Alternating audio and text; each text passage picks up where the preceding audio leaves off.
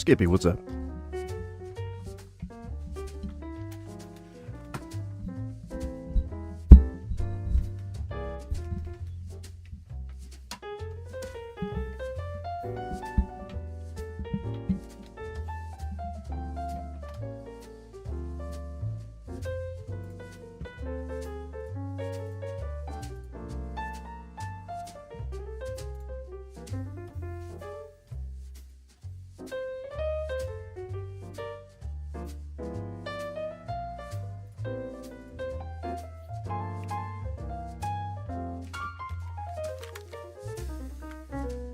I'm also enjoying the easy listening.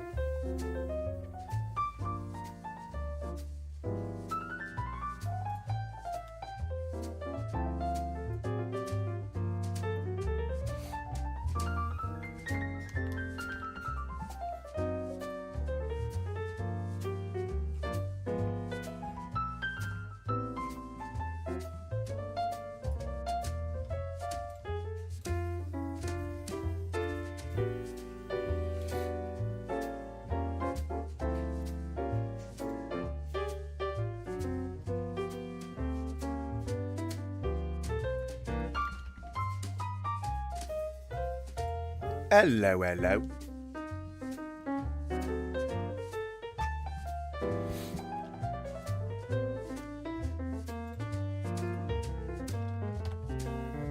I am just, real quick, posting on my socials. Boo!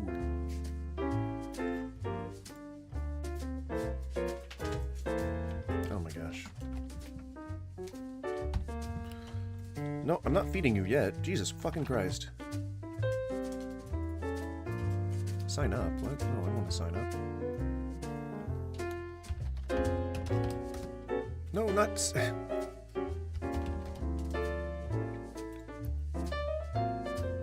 Hello, Bobbit. Continue it. Yeah, come on.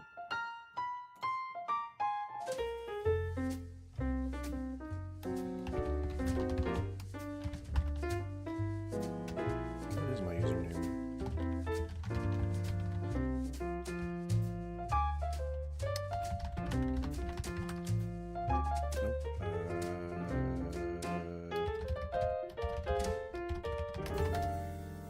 Okay.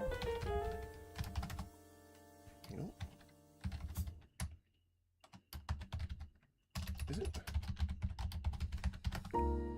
Nope.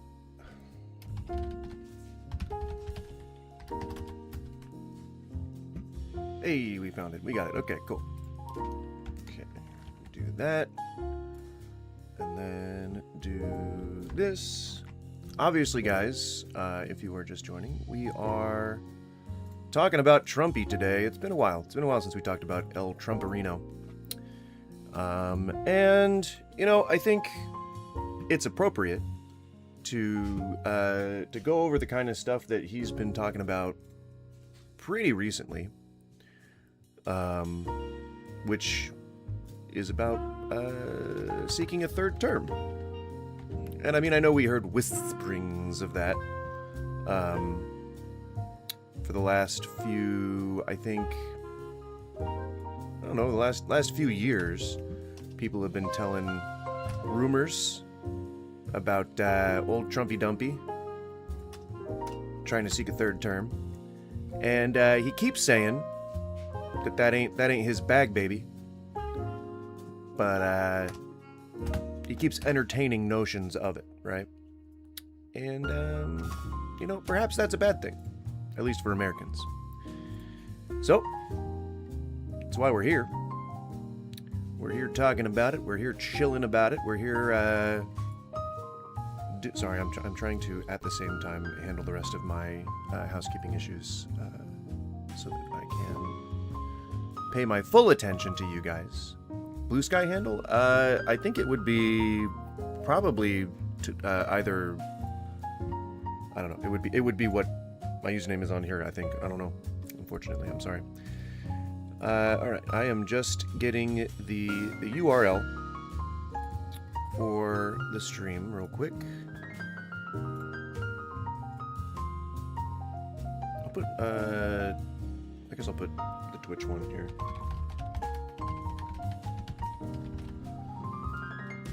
There we go. Alright, and I have posted this on X, and we are now posting on Threads. You know, you gotta do the social medias, right? You gotta do them.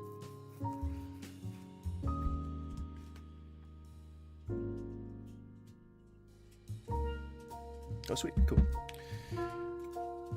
I was afraid that a plumber would be coming by today, but apparently that's not happening.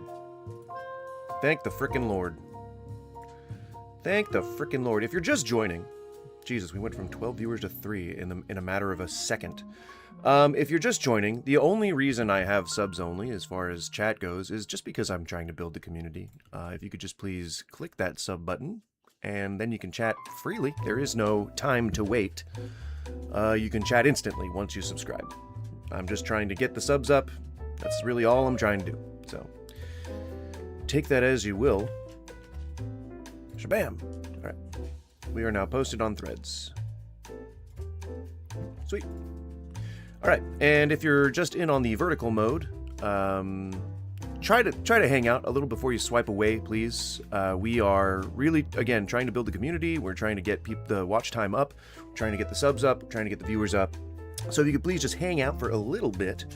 If you, in any way, shape, or form, appreciate any kind of commentary having to do with political, religious stuff, typically anti-political, anti-religious stuff, then please feel free to stick around and hang out for a bit. I am a pretty welcoming creator. I like to have people of all types of voices weighing in and giving their opinions and stuff. So if you like doing that, if you like telling people what you think, then why don't you just sub and start doing that here? Why the hell not? You know? It would help greatly. It would help greatly. Anywho, let's take a look at some TikToks.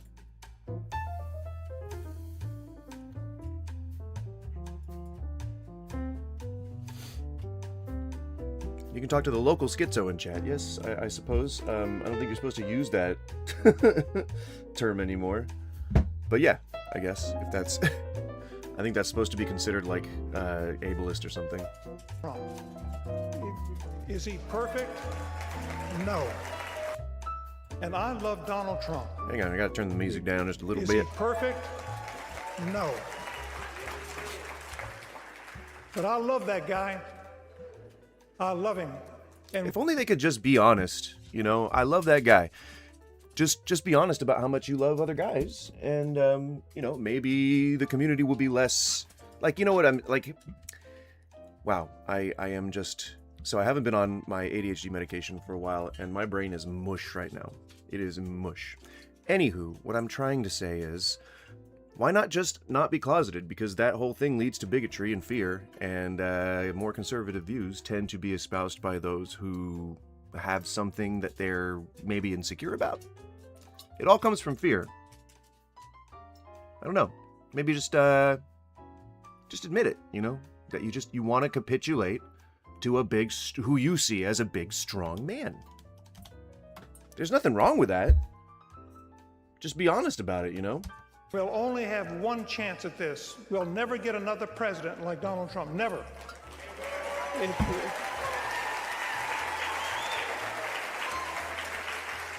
And that's why it's important that we do everything that we can to try to get him reelected.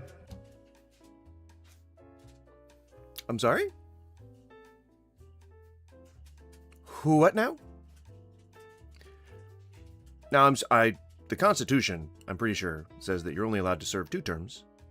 But this was just a couple of days ago. This wasn't in the 1800s. This wasn't in the, in the writing of the Constitution. This is an era that is today. This is a modern today era. And this guy's old enough to know better. Look at him. He's fucking ancient. He should not be talking about anyone going for a 3rd term. Because that's not a thing. That's just not what happens in America. In America. You know what? For this, I'm going to go get my America hat. Where is it? Nope. Well, you don't have to get scared. I'm just saying no. Stop. I'm not giving you food yet. Nope. Gotta wait an hour. Go on. Stop.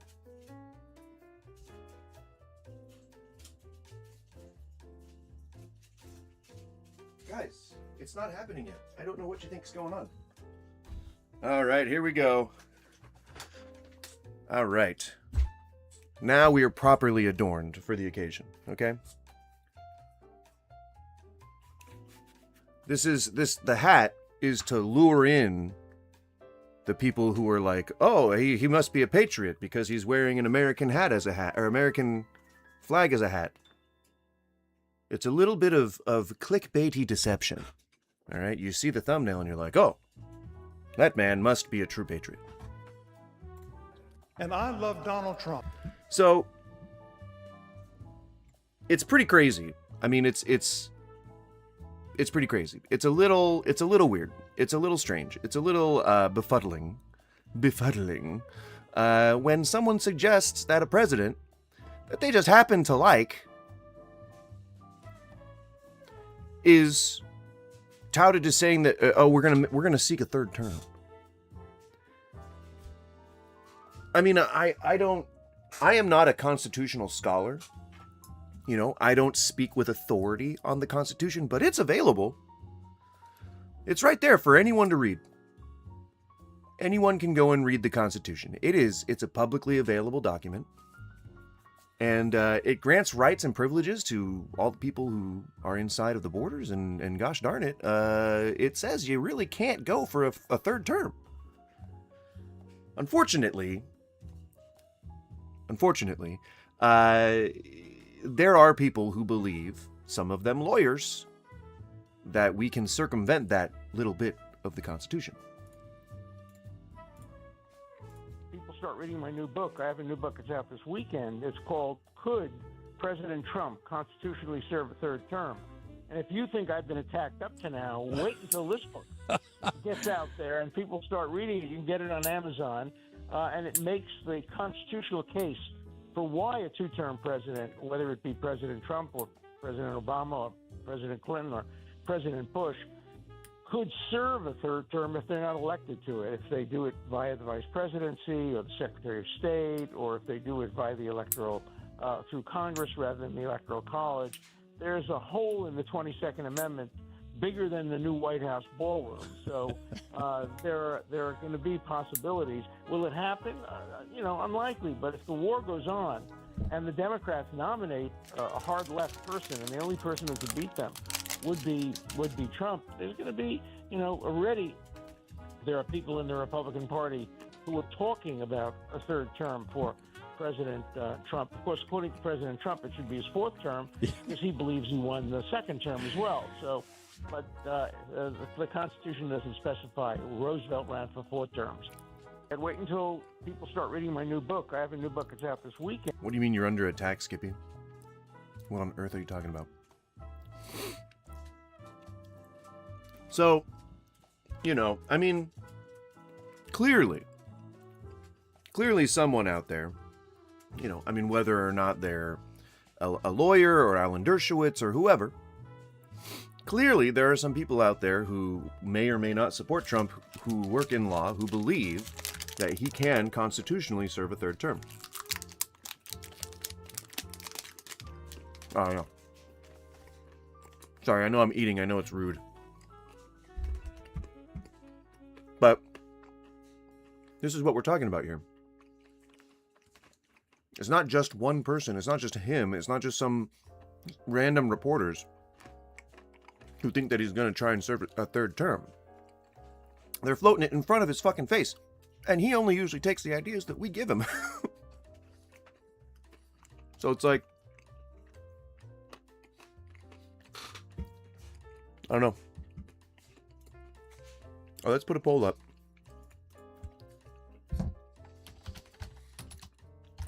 Are you a Trump supporter? Simple yes or no on the poll. Let's see what my audience is made up of. Also, if you're just joining, keep in mind that the subscribers only thing on the chat only means that you have to be just subscribed. You don't have to, not for any length of time. Yeah, we're just trying to get the subscriber count up to 500. And if we can manage that, that'll be pretty cool. And we're just trying to get the watch time up. That's how I get, I'm able to get monetized, and I'll be able to get memberships and stuff like that. So it would be really appreciative if you could just click the subscribe button. It ain't no thing but a chicken wing. And finally, in Sue's News, we have today's random fact. The contestants on Jeopardy all stand on platforms that are adjusted to... Sorry. All right, so let's see what the Constitution says about a president running for a third term. Professor, great to see you. Holy smokes, congratulations. I know I do this every time, but I've lost count. What are we at, like 432 on the book count? I think 63 or 64, depending on how you count. This is the new one. It's going to be very controversial. It's entitled, Could President Trump... So let the record show that I am both not a fan of Dershowitz, nor am I a fan of Sean Spicer. But this is a recent video, and it is highlighting the recent interview between Sean Spicer and Alan Dershowitz about whether or not Trump could serve a third term. He just came out with a book. He's plugging his book. Obviously, it's going to be divisive, and they are who they are. So take all of this with a grain of salt, but he's going to talk about the Constitution. We can take a look at the Constitution afterwards if you'd like more fine details, or at least a first-hand look. But this is all surrounding the 22nd Amendment. So keep that in mind, but also try to keep in mind that there is such a thing called emergency powers, and we are currently at war, even though, you know, everyone is trying their best to say that we're not. We are at war. Ground troops are going in, and they have something we want. So, or at least they have something that our allies want, and for right now, for some reason, our only ally seems to be Israel. And the rest of our allies are kind of being left out in the cold because they don't want to just bomb other countries indiscriminately. So, you know, that's where we're at. That would be a Trump-driven... Oh! Sorry, I'm trimming my nails. Ow. Trying to do them well. I had a very long time where I would bite my nails, and now that they're finally all grown back, I want to keep them that way.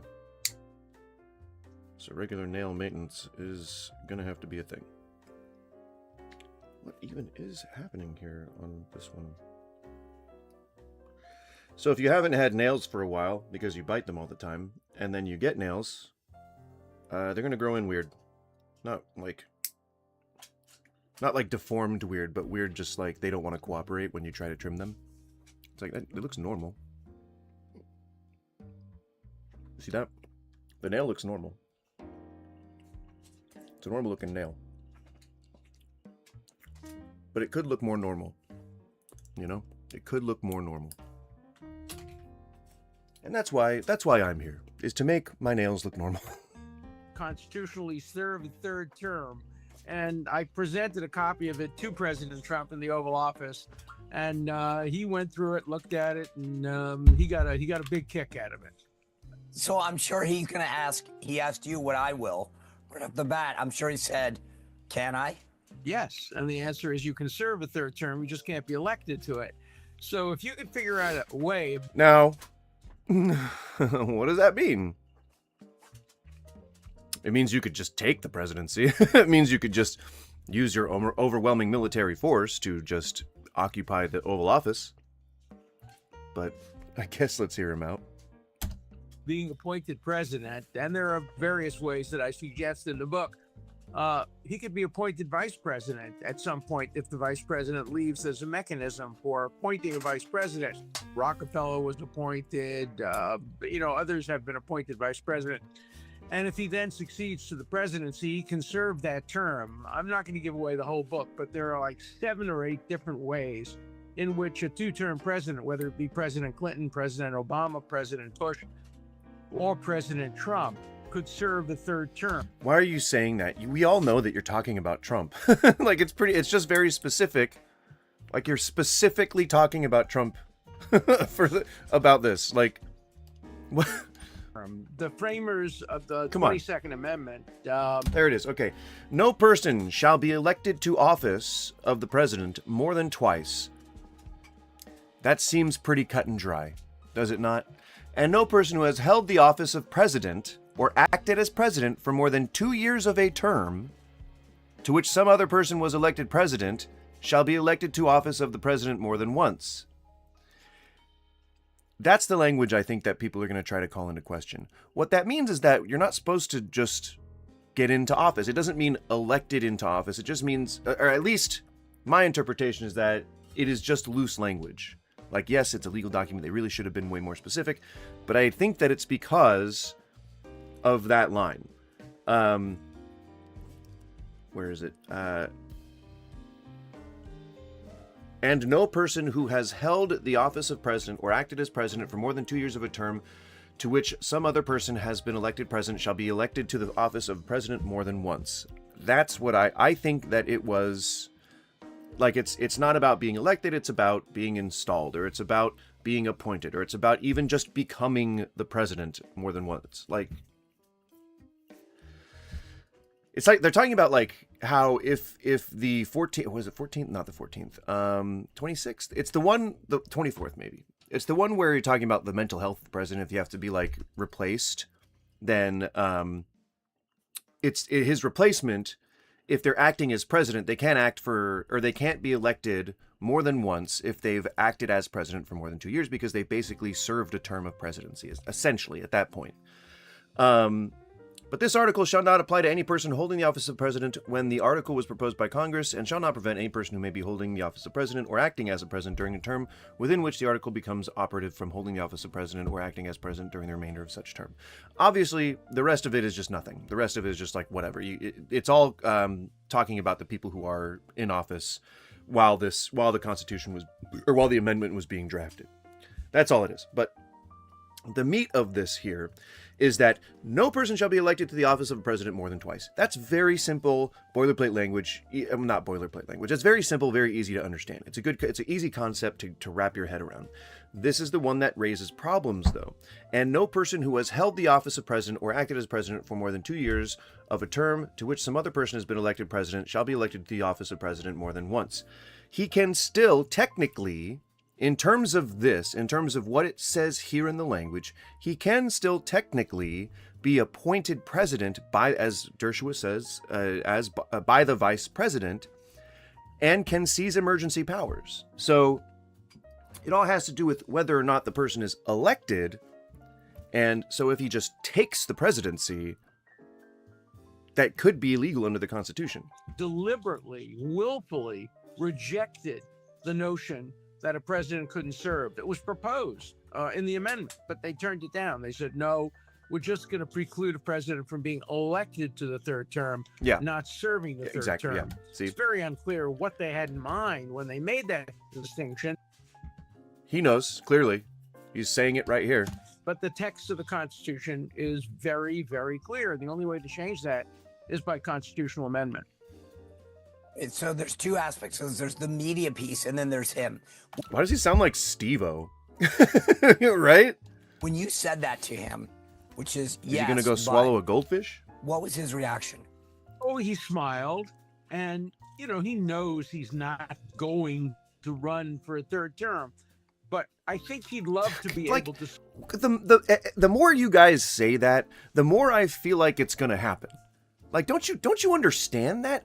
If you are to say to people, do these people not realize no one except the most entrenched boomers are going to vote for Trump? But there are so many of them that make up the majority of the voting bloc that it's going to be very hard to overcome that until they're all dead. You know what I mean? Like, until they've all died of old age and new generations take over. The next one is Gen X. Like, I feel like Gen X is going to swing the pendulum like way onto the left side of things. Especially because it seems like most of the people that I know from my generation want Newsom to be president. Personally, I really don't care as long as it's not Trump again. Well, Vance would be a bad, and Rubio would be bad. Anyone in his administration on the right would be pretty bad. Bad choices. Say, look, Dershowitz. But they keep trying to qualify. They keep trying to say, like, now we know that Trump isn't going to run for a third term. He kept saying he wasn't going to start any new wars. He kept saying that he wasn't on the Epstein files, that they were a big nothing burger. And now he's trying everything he can to distract from that. Like, holy fuck, man. You don't have to be dishonest to be a Trump supporter. I don't know why so many of you are. You just have to talk about the stuff in real time, like the honest truth about your racism, about your transphobia, about your Islamophobia, about your xenophobia, about the Christian nationalism, all that shit. Just tell the truth about it, and your side isn't gonna get rid of you. Being racist isn't illegal unless you infringe on somebody else's rights. But you guys are so afraid of public perception that you just cannot fathom telling the truth. It's like anytime I've ever, like when I was debating, when I had a debate with any Trump supporters, it would be like, it's Christians do the same thing too. Like they have to feel like they have to make up a lie, because if people heard the truth, they would disapprove of it, or they would disapprove of them, or whatever. Your guys' side is full of people who support you. They're all racist too. They're all Nazi adjacent too. They're all PDF files too. Like, they all want the same things as you. Just be honest with yourself and be honest with them. It's clear that Trump is considering running for a third term. I don't think that anyone who has a fucking brain in their head isn't going to realize that. Which is, again, the reason why Trump says he fucking loves the uneducated. He loves the uneducated. They got him voted in. We got him voted. They voted me in. I love the uneducated. Says I can serve the third term, but I'm going to be George Washington and Thomas Jefferson, not Franklin Roosevelt, and I'm going to make what's the best decision for the country. I'm not going to run for a third term. I'm not going to serve the third term.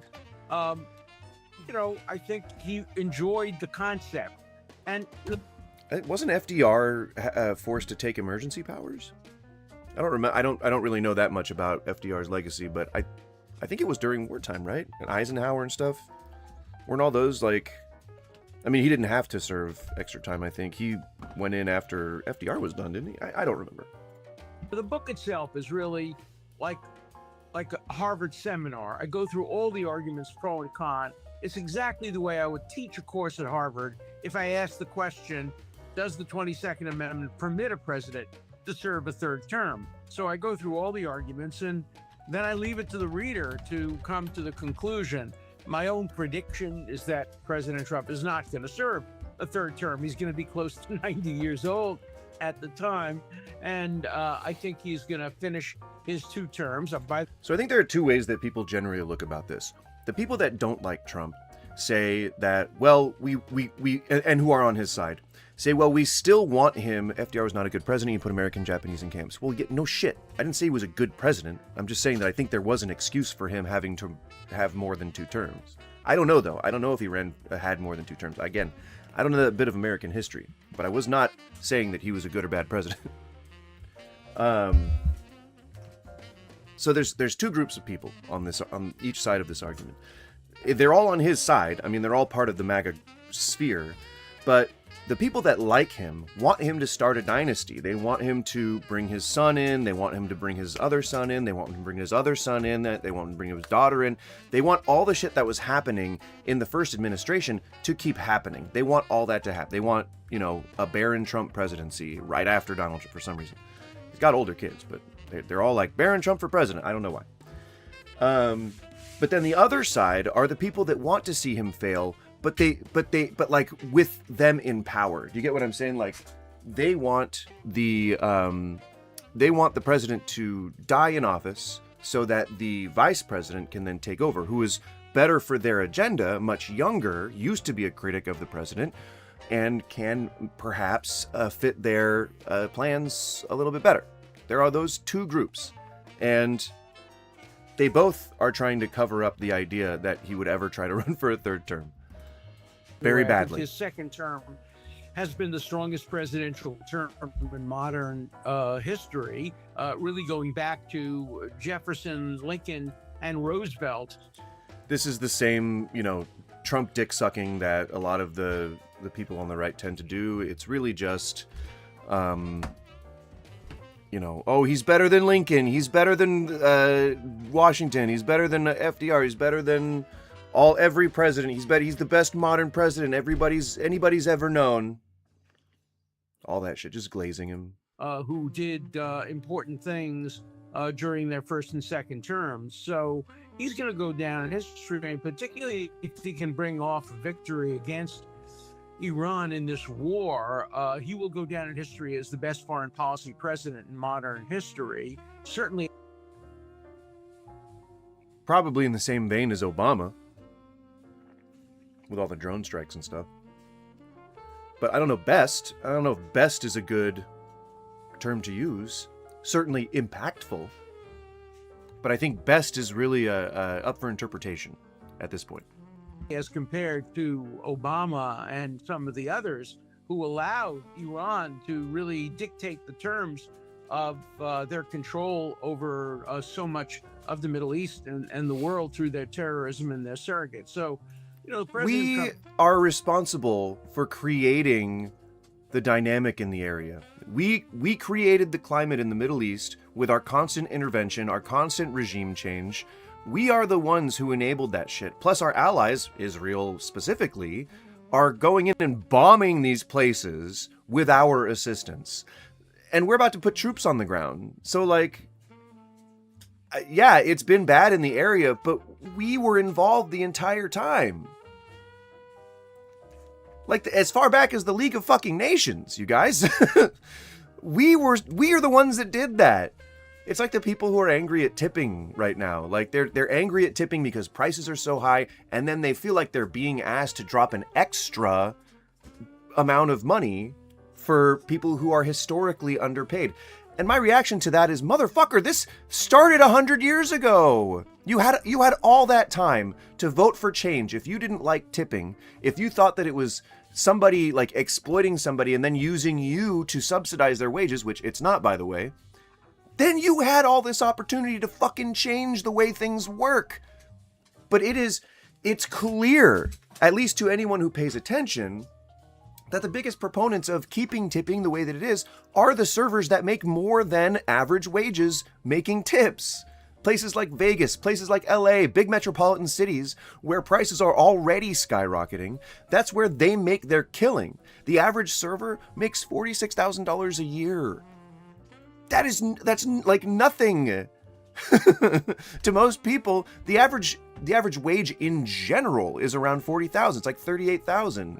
So they're just a little bit above the poverty line and way below if they're talking a double income, which a lot of them have families. Whatever. I don't want to get on a rant about tipping. I could literally talk about it all day. But this is the same fucking thing. You created the problem, and now you're saying that, oh man, we have to just go and destroy a nation because they've been running amok for 100 years. We fucking did that! We fucking did that, you guys! We did that! We didn't have to, and we're certainly not going to take any blame for it, neither will Israel. Like, holy shit.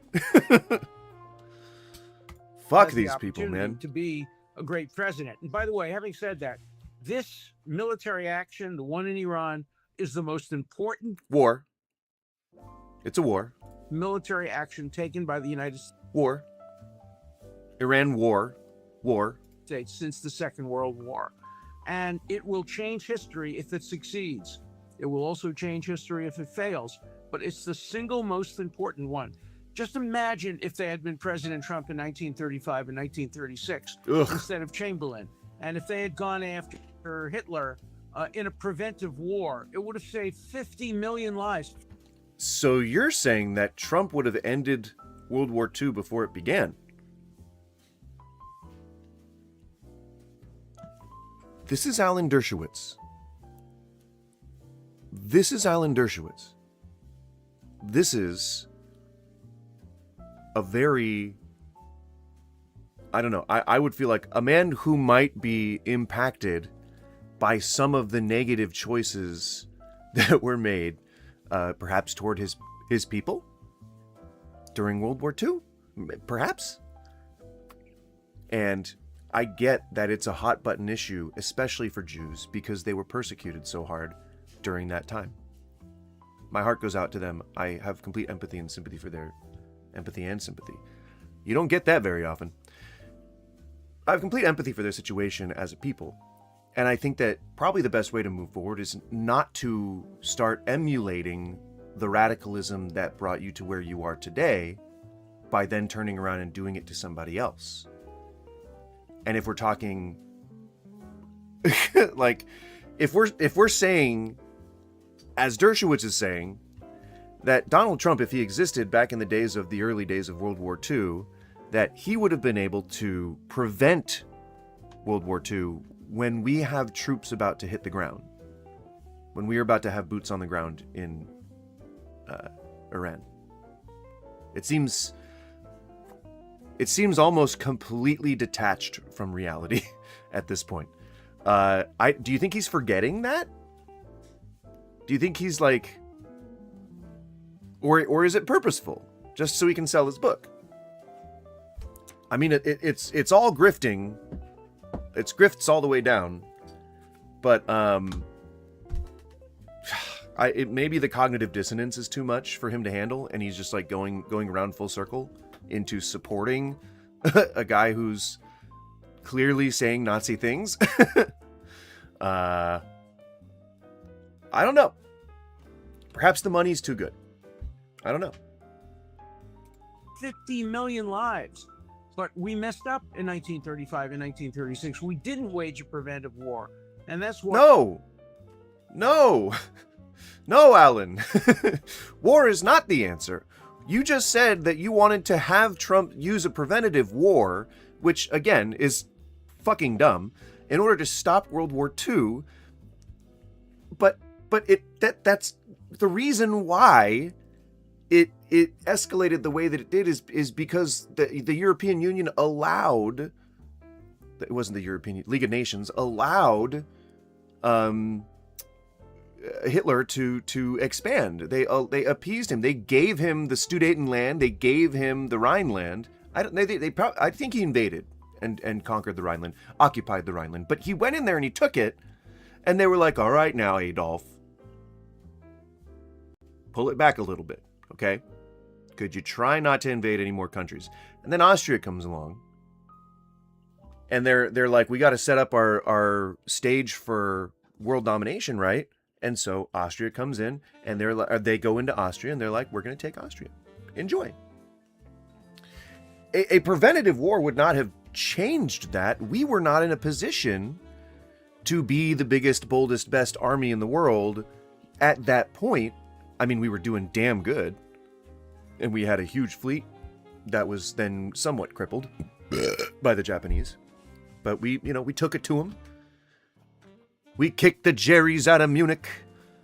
We made old Adolf sit in that bunker and think real hard about what he did. And then he prayed and was probably absolved and is now in Christian heaven. Congratulations, Christians. Enjoy heaven with Hitler. This preventive battle, this preventive military action could save as many lives as the intervention before the Second World War could have saved. And we'll never know how many lives it saved if it works. Because you're speculating, doing a disservice to your entire culture, to your people, to your homeland, to your...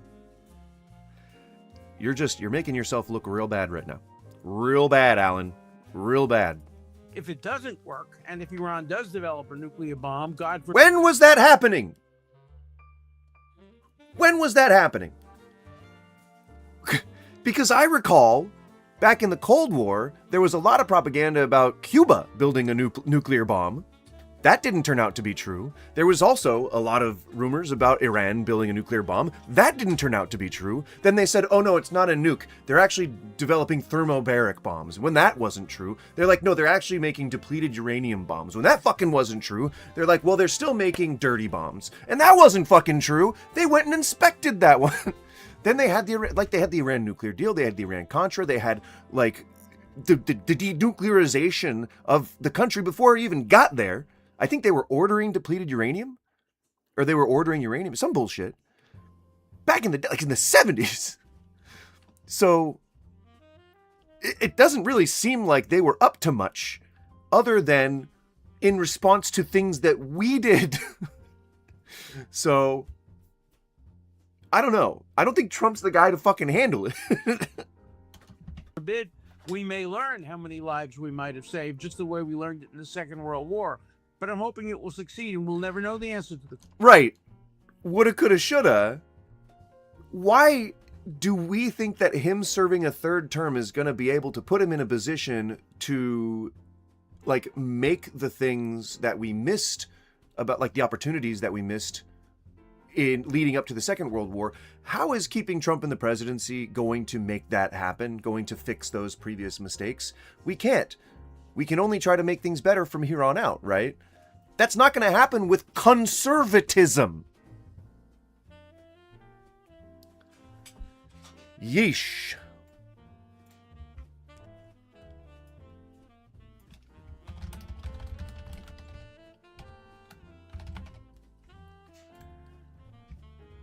Plain and simple.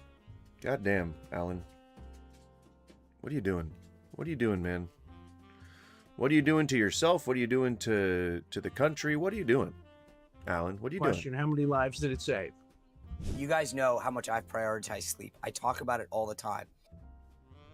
And the grift continues. Sean, I don't want to listen to you talk about fucking sleep. War since 1939. Obviously, that's it. Constitutionally and important war since .com/Spicer. Use code Spicer. Guys, I really think we should go ahead and violate the Constitution. Anyway, let me tell you about these sheets that I have. All right, these sheets that I'm selling, they're really soft. They're awesome. Okay, enough about these sheets. Let's talk about how Trump could violate the Constitution. 20% off. Some Ghoulish. exclusions to apply. See the site for details. Fucking ghoulish. I know that you've said that it was the most important war since 1939. What the fuck is Trump 2.0? Can somebody help me out? Is that an app? It's available on Amazon. What the fuck is Trump 2.0? Obviously, that's it. Constitutionally and legally, is he on strong footing right now when it comes to what he needs to do with respect to Congress? No. The language of the Constitution is extremely clear. No president shall ever serve more than 2 terms. Absolutely. We've never Nope. Alan. Something tells me that you've got interests elsewhere. had a declaration of war since we declared war on Romania after December 7th, 1941. And we fought many wars, Korea, Vietnam, Afghanistan, you name it. The Constitution doesn't mean, and it can't mean, that only Democrats can wage wars without Congress, but Republicans I've turned need the off- help of Congress. For the sake of engagement, I've turned off subscribers only. This video is triggering me. So, feel free to engage, but I really would love the sub count to go up. That would be so cool. I would love to see if we can get to 500 subs. And then the watch time, I really would love the watch time to go up. I'm trying to, we're gonna have to move soon, and it would be great to not have to deal with the stress of looking for another job. So I would love to be able to make this channel something that I can do for a living. I can only do that with your help. So if you like any of the content so far, please spread the word, share the video, or share the live stream, I guess, and just help me out. Ain't no thing but a chicken wing, right? It can't mean that.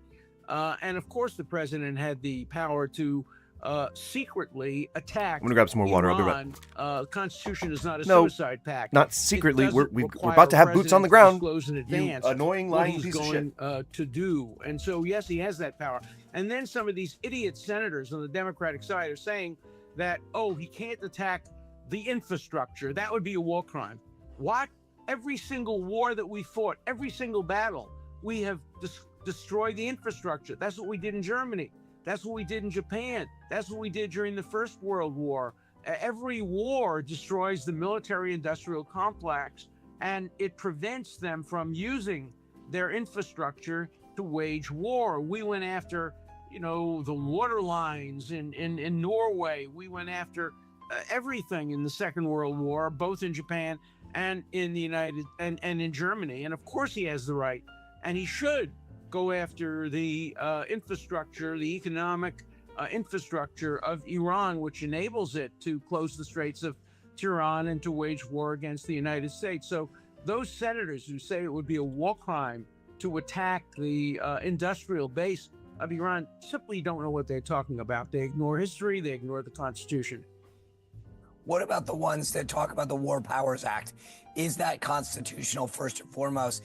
And if so, there's a 60-day clock regarding boots on the ground. Is boots on the ground when like a Marine or an Army troop steps foot in Karg Island or Iranian territory? Like, so if it's constitutional, what then triggers the clock? Well, first of all, it's unconstitutional. The first article of the Constitution Got dog food all over me. gives Congress only the power to declare war. Originally, the framers I need you to eat under here. said Congress had the right to make war. And then Madison, the father of the Constitution, said no, that would prevent the executive, the president, Gotta have you eat under from here doing so I what can he had to protect do you. to protect the interests of the United States. Oh, if you're just the joining, president welcome. has the authority to make war, I don't just know where not my to water went. I declare didn't bring war. it. It doesn't have the authority to impose didn't bring my water. I'm an legal old man. obligations on Forgive the me. United States, which a declaration of war entails. But every president has made war since the end of the Second World War. And so the president has that authority and Congress can't take it away from him. But to the extent there is a statute, the statute does give broad discretion. All right, catch to me the up. What's he president saying? To define what the 60-day means, what boots on the ground mean. You can't micromanage a war through Congress. Oh my god, dude. No, but you're supposed to ask them for fucking permission. It's still a world of checks and balances. That's the whole fucking point of this entire thing, is to provide checks and fucking balances.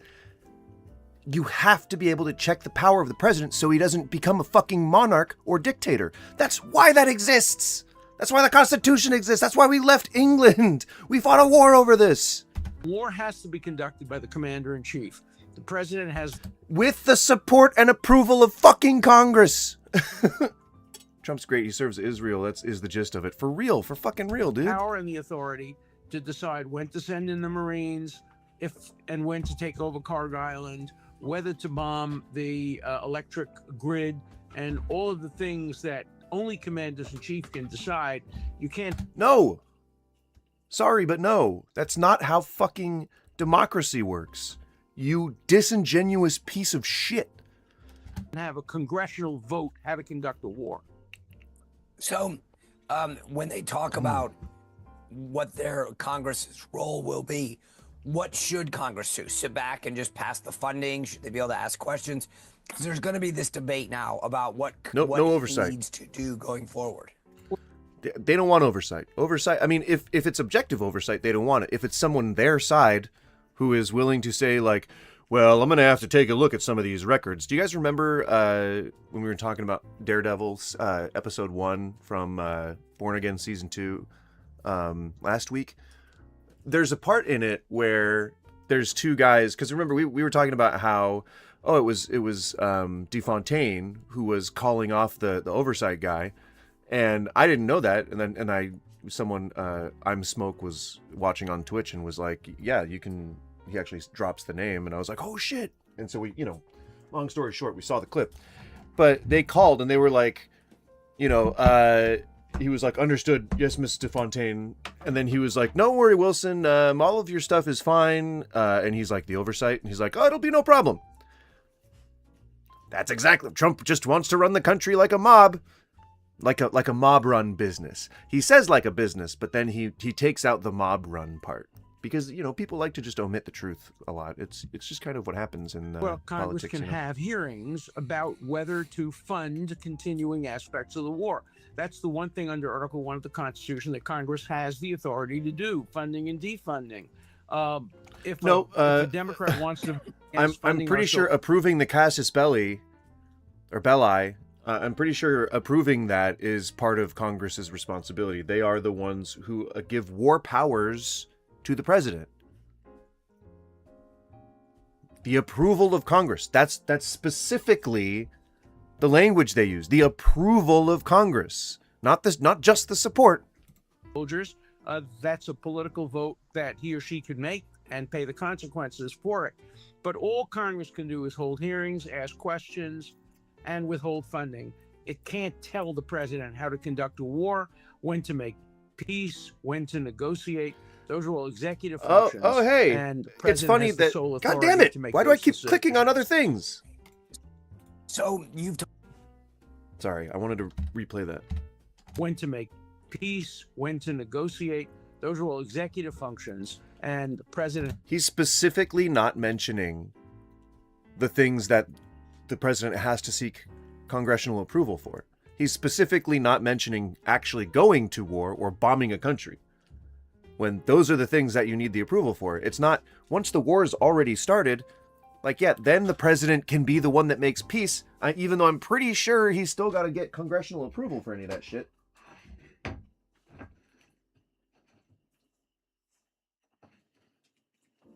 Like, your advisor and the party leaders, like, they have to approve of you reaching out to the people that they're at war with.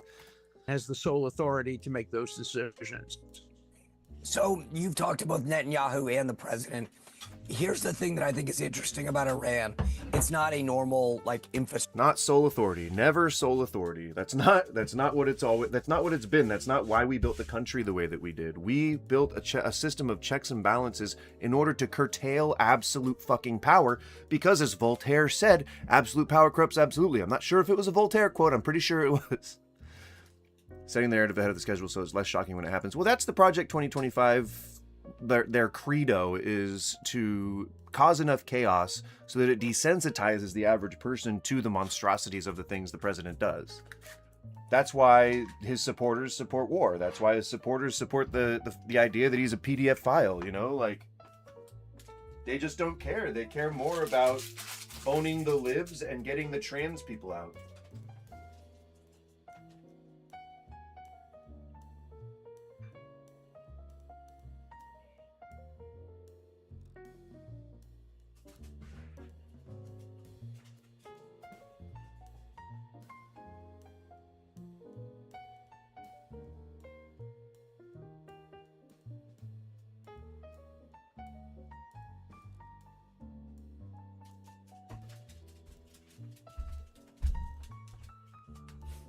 All right.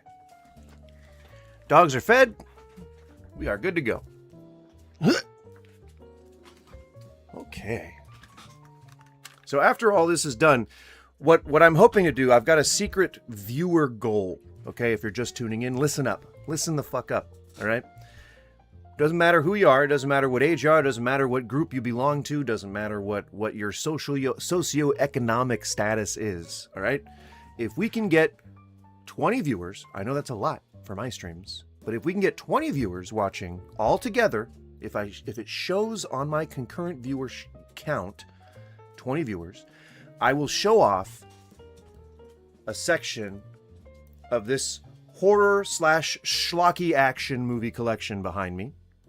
I will talk at length about a selection of videos, and I will give some small short reviews on what I think and what the community should think about these particular titles. So, again, if we get the viewer count up to 20, I will drop what we're doing, and I will show off a section of this amazing collection. If you like horror movies, if you like schlocky action, I would say it's a benefit to everybody. The reason we're doing this is because I'm slightly celebrating my wife, who is also content creator. She doesn't do it for a living. She would like to, though, as well.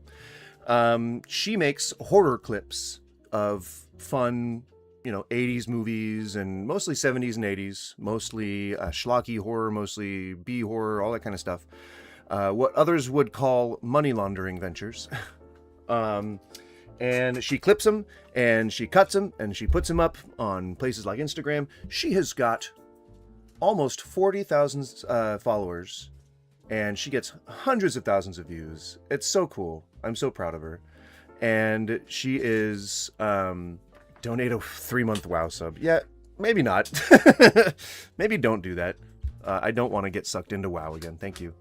But she actually just was followed. If you're familiar with the name Joe Bob Briggs, she just got followed by his account, as well as Darcy's. I am over the fucking moon. I am over the fucking moon. I'm so proud of her. I'm so happy for her. And she's at the point where she could actually like monetize her content. I'm way far off because I do serious stuff and she does more like fun, whimsical stuff.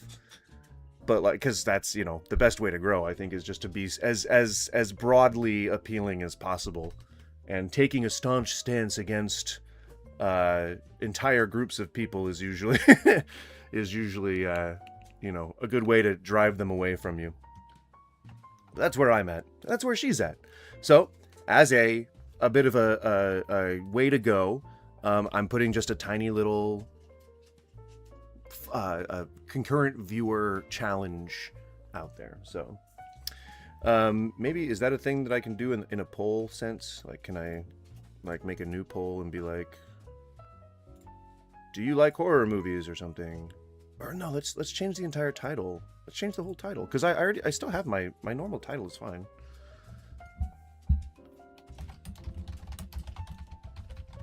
Do you like scary movies? I think that's a good one. Do you like scary movies?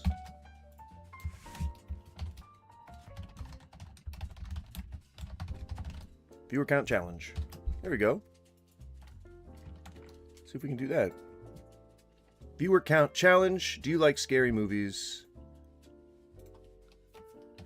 Old horror or old action?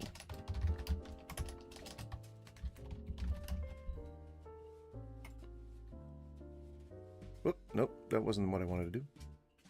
Where's that poll? Get the poll out of here. Get the poll out of here. We'll do another poll.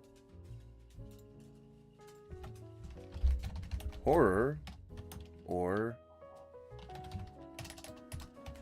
action?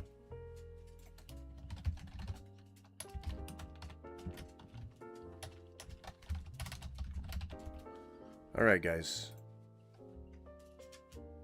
So on the vertical feed, we're doing do you like scary movies? And so if we get the viewer count to at least 20 there, I know it sounds like a challenge, but if we get the viewer count to 20, are somebody barking? Are somebody out there barking? Ita bobita. What? Are you barking? You making trouble?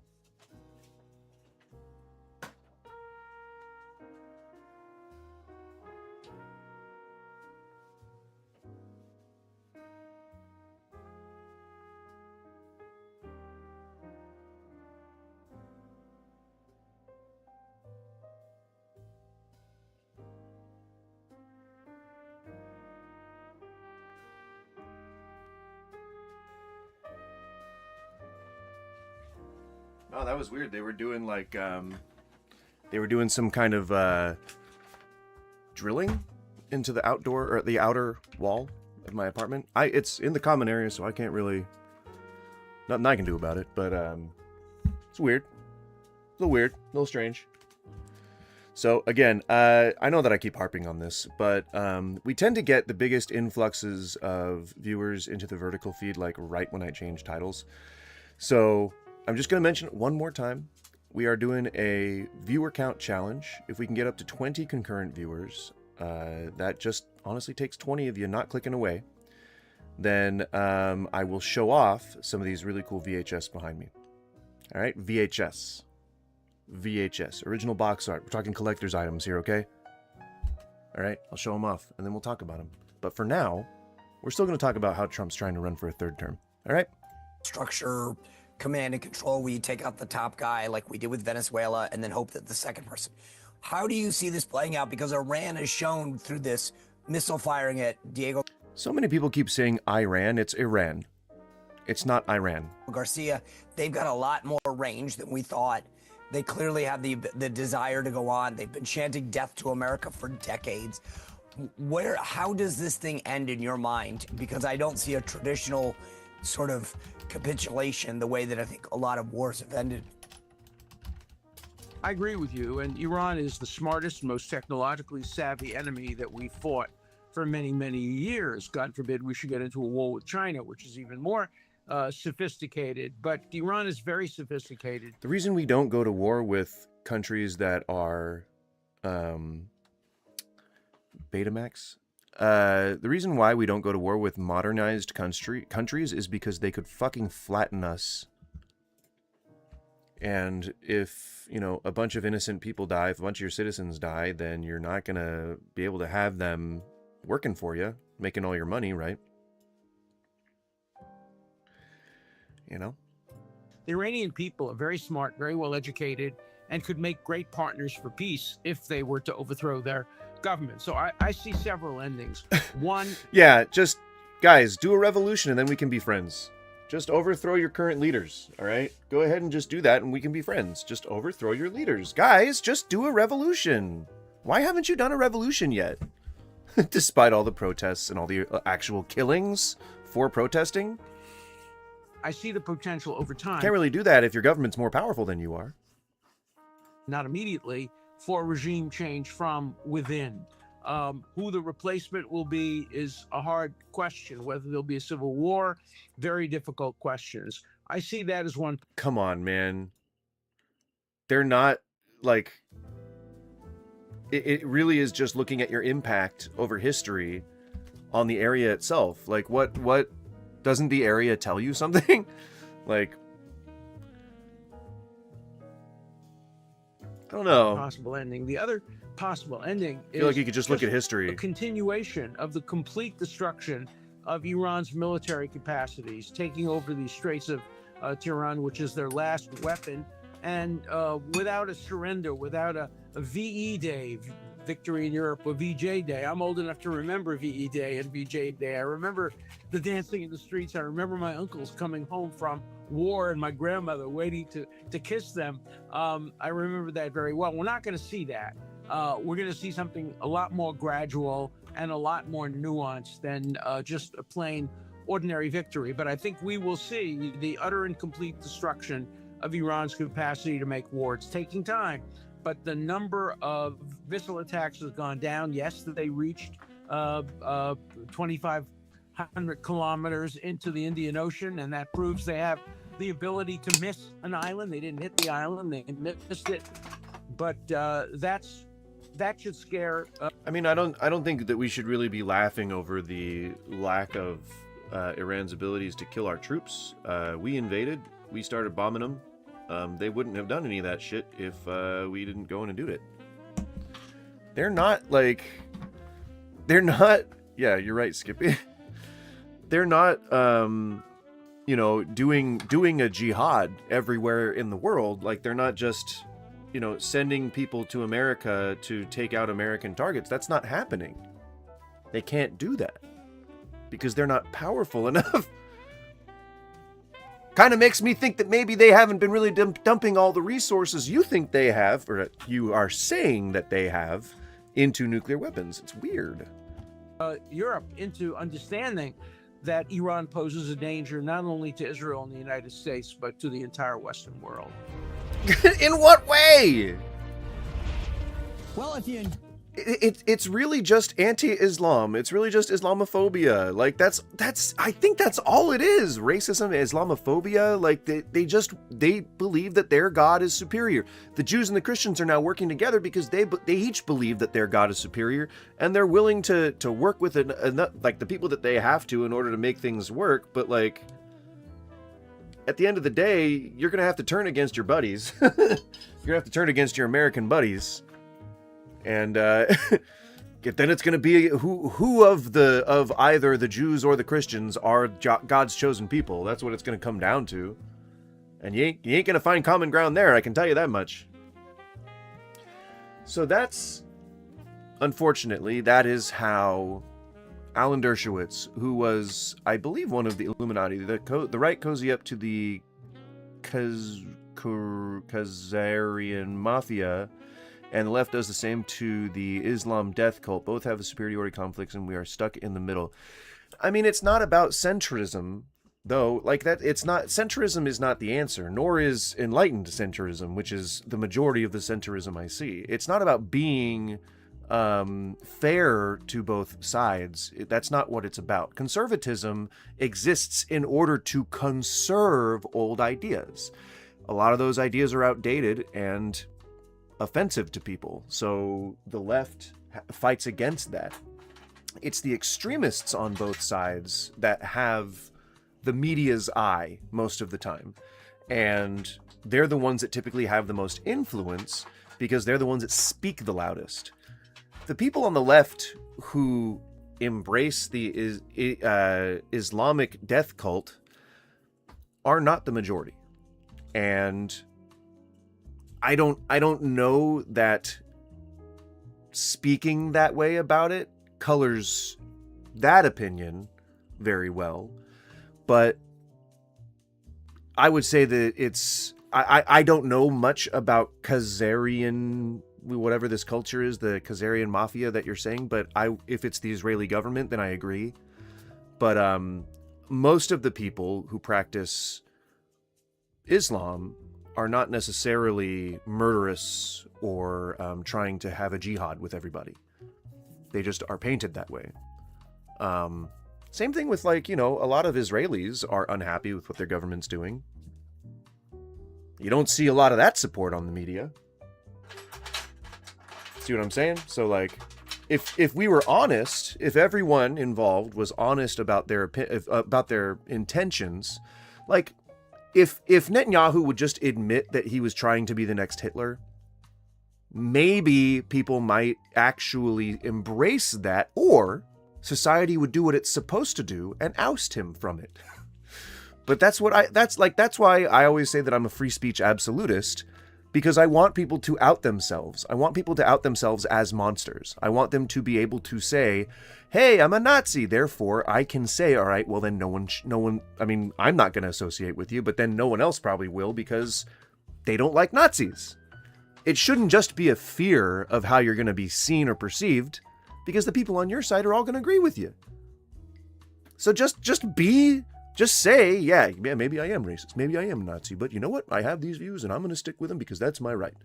Go ahead and do that. Like, nobody was stopping you in the first place. It's just your own fear that's stopping you in the first place. I say do that. And let society kick you out. Like it's going to. Is a natural process. I would much rather that we just do that. Just let people speak their mind. Then we can be like, okay, bye. And just ignore them from then on. I would love that. Be super into it. Hey, what's up, everybody? Good afternoon. I am Jake. No, my lighter. And you are watching a very special hour of MS Now, live from the No Kings protest in downtown Los Angeles. Take a look at this. It is a live look from our drone above Gloria Molina Grand Park here in the heart of LA, where people are starting to gather. And in about an hour, they will march through downtown Los Angeles as they have so many times before. This is the third nationwide No Kings protest in the last 8 months, and early estimates say it could be the biggest one yet. Americans are coming out in massive numbers to protest against President Trump's most unpopular policies. And Americans have even more to be angry about this time around. Since the last No Kings Day in October, President Trump has continued his immigration crackdown, with 2 American citizens, Renee Nicole Good and Alex Preddy, dying at the hands of... A soft Dremel bit? You mean like one of those nail trimmers for dogs? Because I have the rough Dremel grit, and it is not good for them. It like heats up their paws to like burning. I tried it on my own nail once, and I was like, fuck you! Burnt way too much. I don't know how people can suggest that for dogs. But yeah, there's like a Dremel tool that is a Dremel tool like in everything but name. It's specifically a Dremel tool. And because it fits all those bits, the name brand bits. And it's less, and it's specifically made for dogs, but it's just a Dremel tool. That's how you save money, I guess. ...of immigration officers in Minneapolis. The United States of America is now involved in a widely unpopular war with Iran. There is still lingering fallout over the handling of the Epstein files, and there are now renewed efforts by Republicans in the United States Congress to disenfranchise millions upon millions of voters. And today, right now, regular people, everyday Americans, all right, I am going to let it play again, but just for those of you who are just joining, I am going to turn off the face cam here for a second. If you're new to the stream, you may not know but I engage in a little bit of the cannabis medication. Therefore, that's why I turn off the face cam. I'm still here, still talking. If you'd like to sync up and smoke your own bowl, then please feel free to do so. We will be starting here. I'm going to count it down. I'm going to play it. Around the United States, and then we're going to count it down. Tell the government that they have had enough. Organizers expect We're going to say 10, millions of people to hit the 9, streets 8, in 7, 3,300 6, protests, maybe even 5, more than that across 4, the country. 3, We are 2, seeing this united act of 1. defiance in Light them every up, corner of our smoke them if nation, you got from them, Washington, D.C. etc., to etc. Minneapolis to New York City. Cheers. Look at this, My right face here will be in right Los back. Angeles, where it all started last year. And I have been reporting from here in LA, even on June 6th, when this city spontaneously poured into the streets in massive numbers to protest ICE after federal agents used those military-style tactics during a series of immigration raids. And LA did what LA always does best. People came out to show support and love for their neighbors in a city powered and fueled by immigrants. To say not here, not right now, not in Los Angeles. And then just days later, on June 14th, we saw the first No Kings protest. It was extraordinary. I was right there witnessing what the mayor estimated was 20,000 people pour into the streets of Los Angeles. They were a part of about 5 million people overall, according to the ACLU, who came out nationwide for that initial day of action. And then in October, it got even bigger. 7 million people, 2 million additional across 2,500 events turned out, including a cast of colorful characters who I had the pleasure of Hey, meeting Mike myself. Mudd, what's up? We're here to represent the loving, hardworking community of Los Angeles. We're here peacefully protesting, looking as ridiculous as we can, just so maybe we appeal to the president, because he is a ridiculous leader that is normalizing abuse of power, and we cannot stand and act like nothing is happening. All right, face cam going back on. I have to say, interviewing a unicorn was definitely a first for me and quite memorable, but today could be a big first for a whole lot of people coming out for the first time on this No King's Day to protest this president and his More proof that unicorns exist. policies. We went over that yesterday. It's a message that we all know. There is and has always been strength in numbers. And to quote my next guest, there is courage in community. Here with me right now is Kelly Robinson, the president of the Human Rights Council. She will soon be taking the stage here in Los Angeles at the very beginning of this rally that will then lead to a march. Kelly, it's so good to see you. Thank you for being here. It's so good to see you and have something to celebrate today. The power of the people showing up. We're about an hour away from this thing getting started. Look at this. People are already here in incredible numbers. How are you guys doing today? What's it like for you to see this? What's your message going to be when you get up on the stage today before the march? This is amazing. This is democracy. And we're here in Los Angeles, a place that has such a history of activism, from fighting forward in the AIDS crisis to coming together around love after Prop 8 passed, to showing up to stand up for our immigrant neighbors when ICE was and the National Guard were patrolling our streets. That's the energy of the city. And the number of new people that are showing up is tremendous. This is a moment that people don't want to miss out on. They want to be a part of the story of America, the story of the chapter where we saved our democracy. And that's the energy you feel. It's one thing, Kelly, to go from 5 million to 7 million to, who knows how many million show up today. But what does converting all of those people actually look like to you, aside from showing up at the ballot box in November? This is a big deal. Courage and community is a real thing. There's a lot of studies of authoritarianism, and they say that when more than 3% of the population is engaged in active resistance and protest, you can stop any of the negative forces that are against you. That's what you see showing up here. And the next step is to make sure that it doesn't stop. Democracy doesn't just happen in November. It happens when we show up for our neighbors. So we're encouraging folks to show up to vote, to make sure they're engaged in mutual aid work, to make sure that folks can survive day to day, and to do what we can to support folks that are running for office as well. When you talk about the mutual aid work, I think instantly of what we saw, not just in COVID here, actually, with so many people coming out to Can you help see that? so Is many it- of their is it friends and too their neighbors, small? but in particular here in Los Angeles during those ICE raids. We are the largest undocumented population in the country. As I said just a few minutes ago, this is a city that would not operate without immigrants and who are our neighbors. They are our friends, they are our fellow parishioners, they are our classmates. There are many people who are in this crowd. Some of them even dress up in unicorn costumes and come out to protest just like this. When you draw a line from what we saw here in June of 2025 to today, and the way that this government has continued to back down, what does it say to you about the power of these protests? It says that it's working, right? Like, immigrants are foundational to the story of this nation, and we're not going to give up on each other. And I also think about queer folks, right? Renee Good was a queer woman. Don Lemon, a black gay man, arrested for exercising his First Amendment rights. I'm also clear that the story of this nation is how LGBTQ plus people have shown up in every fight. And in this moment, we understand that these fights aren't disconnected. The same folks that are making sure that the gas prices stay high are the ones that are attacking trans kids. The same folks coming after our immigrant neighbors are trying to rip your books out of the classroom. This is a fight that we all have a stake in. And I think that what you see is people coming together across all kinds of lines of difference to say, enough. We demand a nation and democracy that's by and for the people. And what you see here, this is the power of the people, y'all. She said this, the power of the people, you guys. The Human Rights Campaign has always been at the forefront of the struggle for equality, and in particular, It always transgender feels- rights God damn are it. under attack today in the United States of America. It always feels somewhat inspirational and motivational when people talk with passion about something that they really care about. Pretty cool. Pretty cool to see. I'm not the kind of person that gets very emotional, but if I was, I would be feeling them intensely. Stop clicking on other things, me. America. How important is this day? What would you like to see coming out of this day in the continued push for equality that HRC has been so much a leader in over all these decades? It's critically important. Look, our trans community is under attack. We saw the Olympic Committee bar trans women from participating in competition this week, while also imposing rules that would actually regulate and put invasive procedures in front of every woman that was participating. We've seen Kansas rip away driver's licenses from people because they're trans. Our trans siblings kicked out of the military. Look, if they can take these actions against one community like the trans community, please believe that they could do it to any of us. This is again that moment where we have to understand that our fates are intertwined, and anytime we stand up for the trans community, we're standing up for all of our communities. Kelly, it's so great to see you. Thank you so much for being here. We're very much looking forward to hearing you speak up on that stage on the steps of Los Angeles City Hall in just a minute. Kelly Robinson again, president of HRC. Thank you so much. Welcome back. That's all I wanted to play from that video. I just think that it was really worth hearing. Just kind of where the zeitgeist is right now. And we covered that, so good. Yay! Now we can look at Psychics. There's the telepathy tapes. I think something like this. Yes. Yes. So, in today's episode of the Talk Tracks, we're taking a deeper look into signs from the other side. What are they? Can anyone ask for them? yeah, no, okay, so that's not it. Signs, not signs from the other side. It is there's a specific thing that I'm looking for.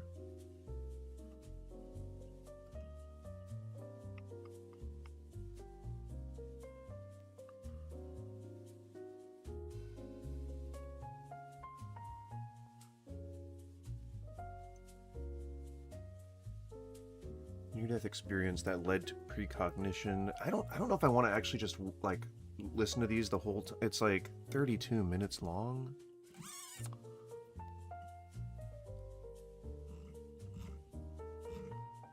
That's a lot. Maybe I'll do some research off the stream and I'll make that into like just a video, like a regular video. But I think that might be too much to dive into for today's what on earth AI bullshit.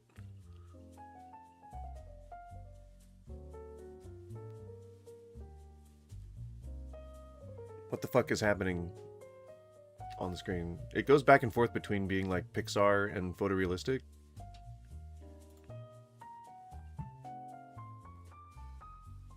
That's weird. I hate this shit sometimes. Yeah, so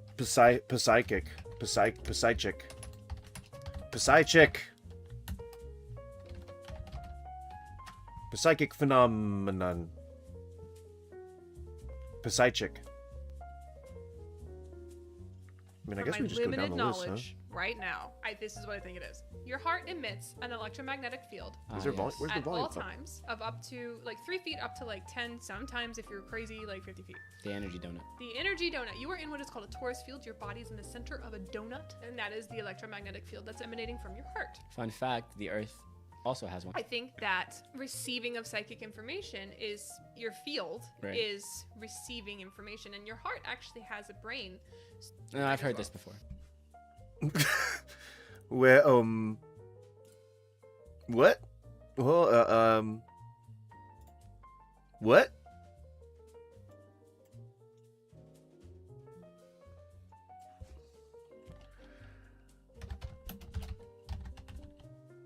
Oh wait, hang on.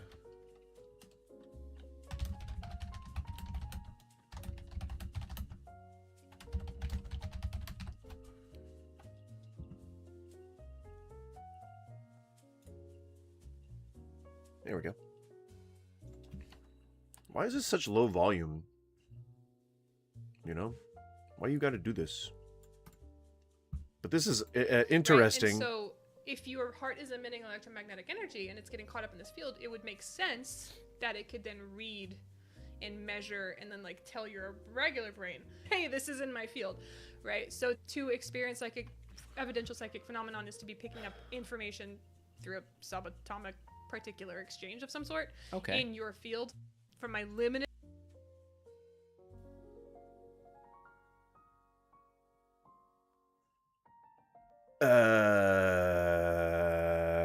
what? I'm not sure that I understand entirely what the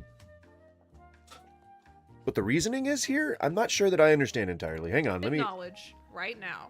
This is what I think it is. Your heart emits. I'm gonna take an off the America electromagnetic hat. field Yes. at We've all run times its of course. up to like 3 feet up to like 10. Sometimes, if you're crazy, like 50 feet. The energy donut. The energy donut. You are in what is called a torus field. Your I like body looking is at in the myself center like that. of a donut, and that is the electromagnetic field that's emanating from your heart. Fun fact: the Earth also has one. I think that receiving of psychic information is your field Right. is receiving information, and your heart actually has a brain. I'm pretty sure they're just speaking metaphorically. I don't think they're actually like saying that there is a literal brain inside your heart. I think they're just saying that your brain responds and reacts to stimuli in a way that a mind would, in a way that a brain would, just because it's operating on our operating system. It has sensational awareness because we have sensational awareness, and like our brain communicates with the rest of our body. And I think that that's just a very easy way to simplify it. If I'm to try to understand things face value here. I don't know why I stopped it on that particular frame. It makes it look like he's enjoying himself quite a bit. Sorry about that. I've heard this before. Right, and so if your heart is emitting electromagnetic energy and it's getting caught up in this field, it would make sense. This is where you take a leap here. This is where you take a leap. So, I don't know where that leap is inspired. I don't know where it's coming from. I don't know where it's going. But it's a bit of a leap. That it could then read and measure and then like tell your regular brain, hey, this is in my field, right? So is it even is it true that our bodies have magnetic fields, like a electromagnetic zone? Chat, do we have an electromagnetic zone? Do I have an electromagnetic zone? What?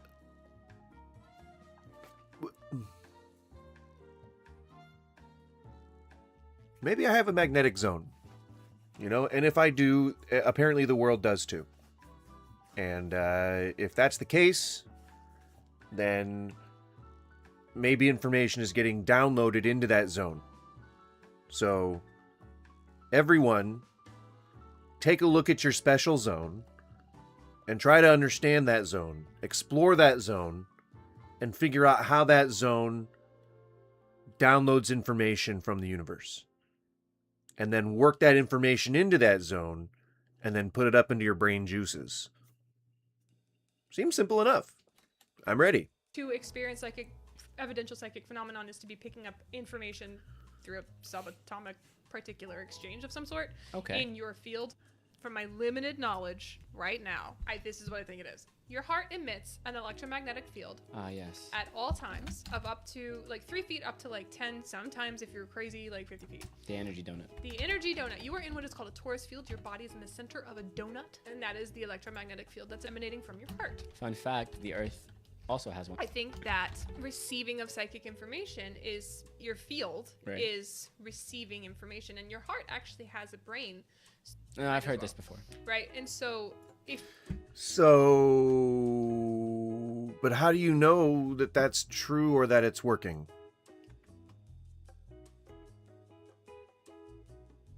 Oh, she says it's rough. Psychic ability is essentially just stuff getting all up in your aura, and you're good at figuring out how to read it. I guess if we are to understand that, I mean, you have to make a lot of assumptions, right? Like, you have to assume that there is such a thing as an aura. I think widely debunked. You have to understand that there is a way to read it, which if it doesn't exist, how do you know that anyone would be telling the truth if they say they know how to read it? And then you'd have to listen to them explain the logic behind whatever it is that they're coming up with. And it wouldn't be good coming from her. Here's day 2 in our Science versus Magic, where we actually look at institutionalized research into energy work and psychic phenomena. So during the Cold War era, what did you say? At institution. Here's day 2 in our Science versus Magic, where we actually Science versus Magic? Research into energy work and psychic phenomena. So during the Cold War era, that's mostly a non-starter. Look at 2 countries, for instance. So we have on one side we have the UN. Volume's too low. I'm gonna move on from this one. The CIA has been Fuck, man.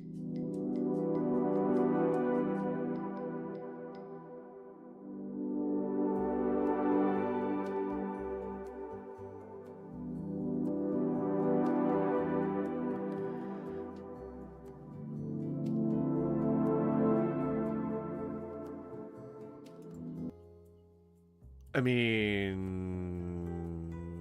I'm pretty sure that nobody's just making your foot move. Like, I'm pretty sure it's just like, could be the kinesia thing, where like you have involuntary muscle twitches. Could also be restless leg syndrome. Could just be whatever, external stimuli. Like, could be too cold in the room, makes your fucking nerves go crazy. I don't know. Could be a lot of different stuff. You can't just assume, man. Like, it's not psychic.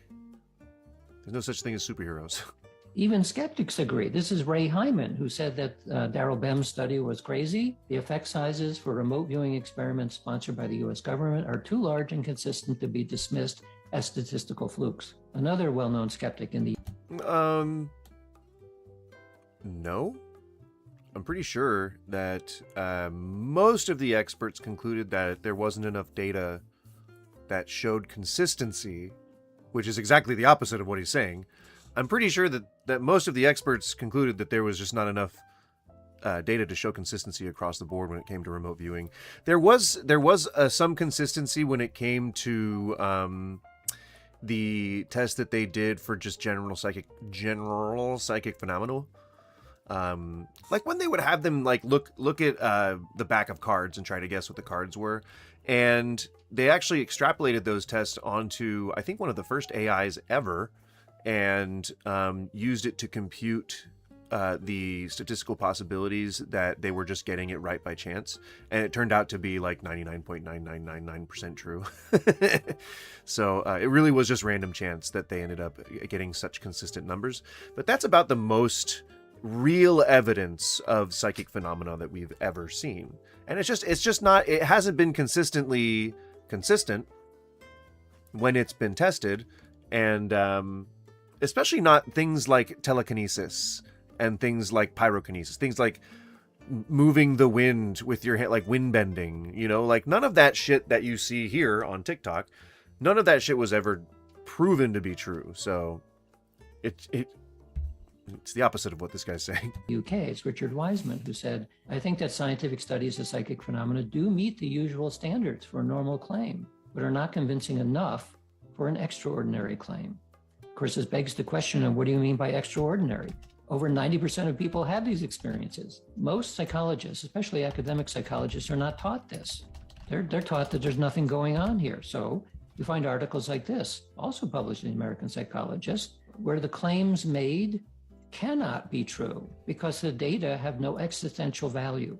That's a very strange comment for somebody to say in a scientific journal. Data always have existential value. Submit a paper to a journal and we get the immediate rejection because it's not strong enough to overcome the doubts based on the entire enterprise of traditional Western science. You don't get that kind of response to many other kinds of studies. You do to this.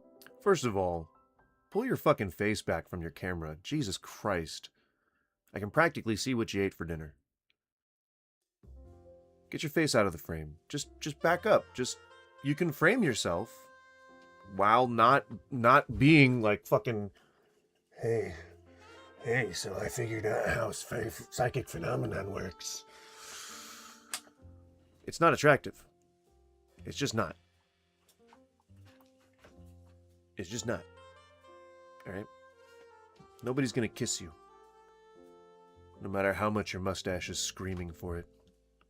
this, even this one, I will do everything in my power to prevent public funding for this kind of research. So the reason why I think those kinds of responses are a combination of fear and arrogance is because if you look at where we came from and where we are now, we've only been Homo sapiens and writing for the tiniest fraction. And so to have the sense now that we actually know how everything works, that's arrogant. Hold on, bitch. The whole thing is that our technology has massively increased since the time that we were primitive. That's why our understanding of how humans work has increased exponentially, because the technology goes up and up and up as time goes on and on and on. Like, there's no reason to think that we could have figured out how everything worked back then when we were still figuring out how the fuck to talk to each other. Or as the Christians believe, 6,000 years ago when we were being born from ribs and dust. Huh? How do you comport with that, Mr. Fucking psychic man? Yeah, you can't controvert God. According to the God people.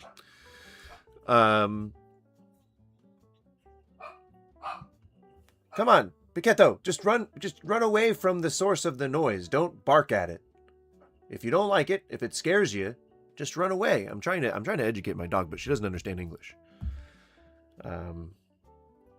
You know, dogs often don't understand English.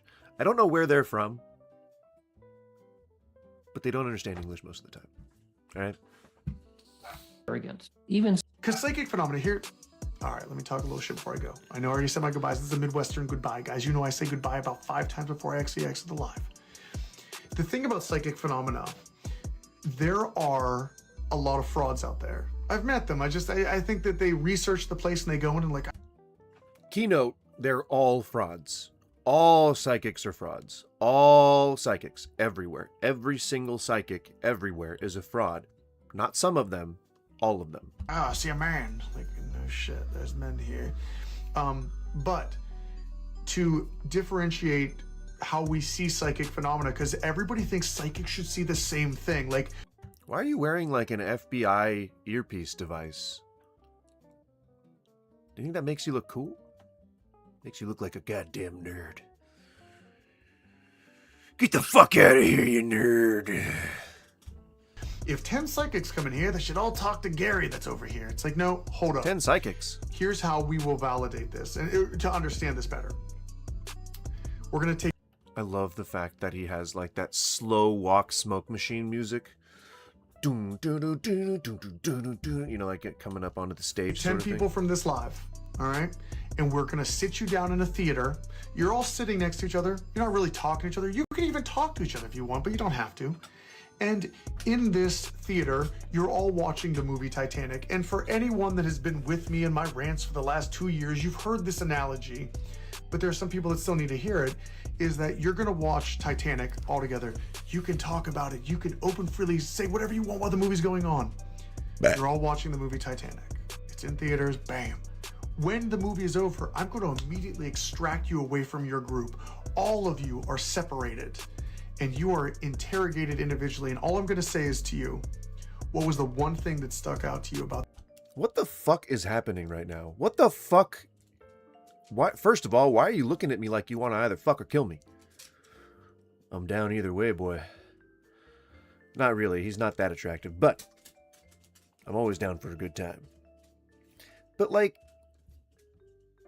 it's maybe the chin strap is what I'm not feeling, you know? The pencil thin chin strap a la 2003.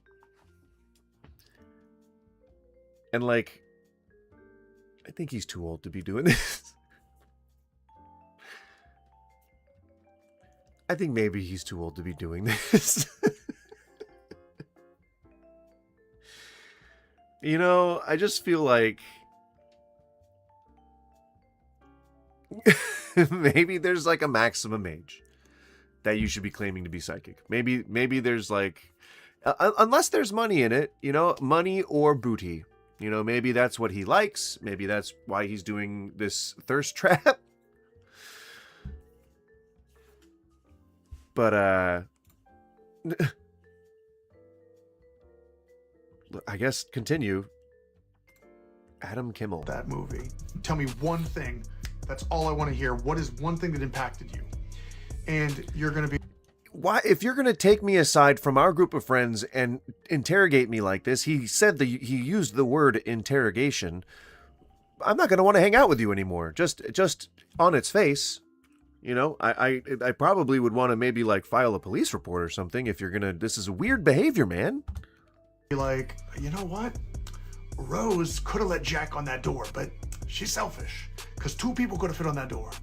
And then you're going to be like, dude, I hated that rich guy. He took that little girl and he said, she's all I have. Like, no, you liar. And then you're going to, and one person's like, oh my God, she had the diamond the entire time. She had the diamond. And when they were doing this, she threw it over the boat. The diamond they thought they lost. Anyway, all of you saw the same movie, but different things affected you. So when psychics walk through a building, you're all getting the same thing, but something different resonates with you.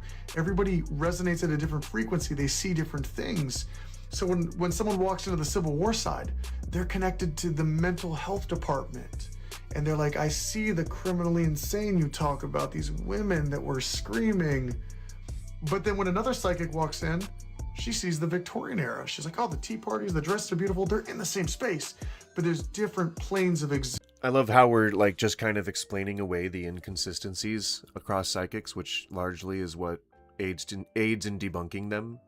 Like, what's your goal here?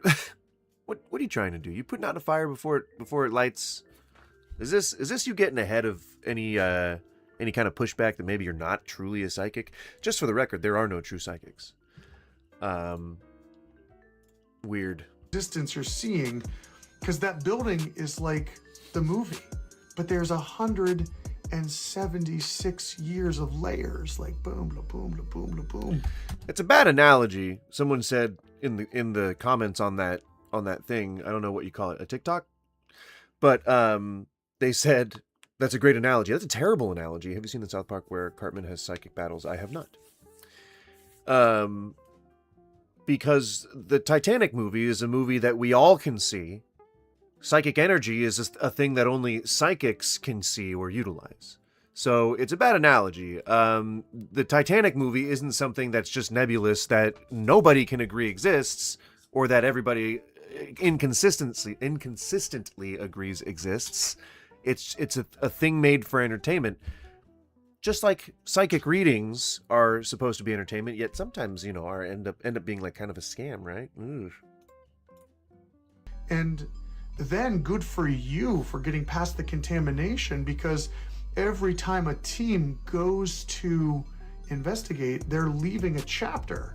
So now you got to dig through those layers. You're like, oh, last night there was a person screaming here. Like, oh. To get back so far, to get back to those deep chapters, it's impressive. So that's the analogy I'm getting at. And thank you, Simon, for that, yeah. Because psychic phenomena here... All right, let me talk a little shit before I go. I know I already said my goodbyes. So psychic phenomena is not real.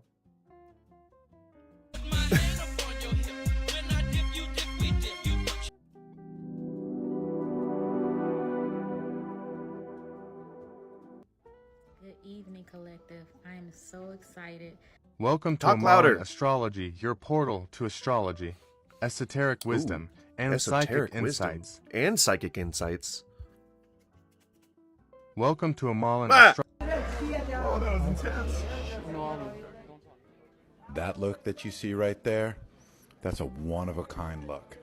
That's I'll a check look later. that says, Post it in the Discord. There's no longer a machete in my balls, and I am so happy. I think I have it open now. Oh, that was intense. That look that you see right there. Oh yeah. That's a Yeah, I look remember that. Says, there's no longer a machete in my balls. Machete in my balls. So.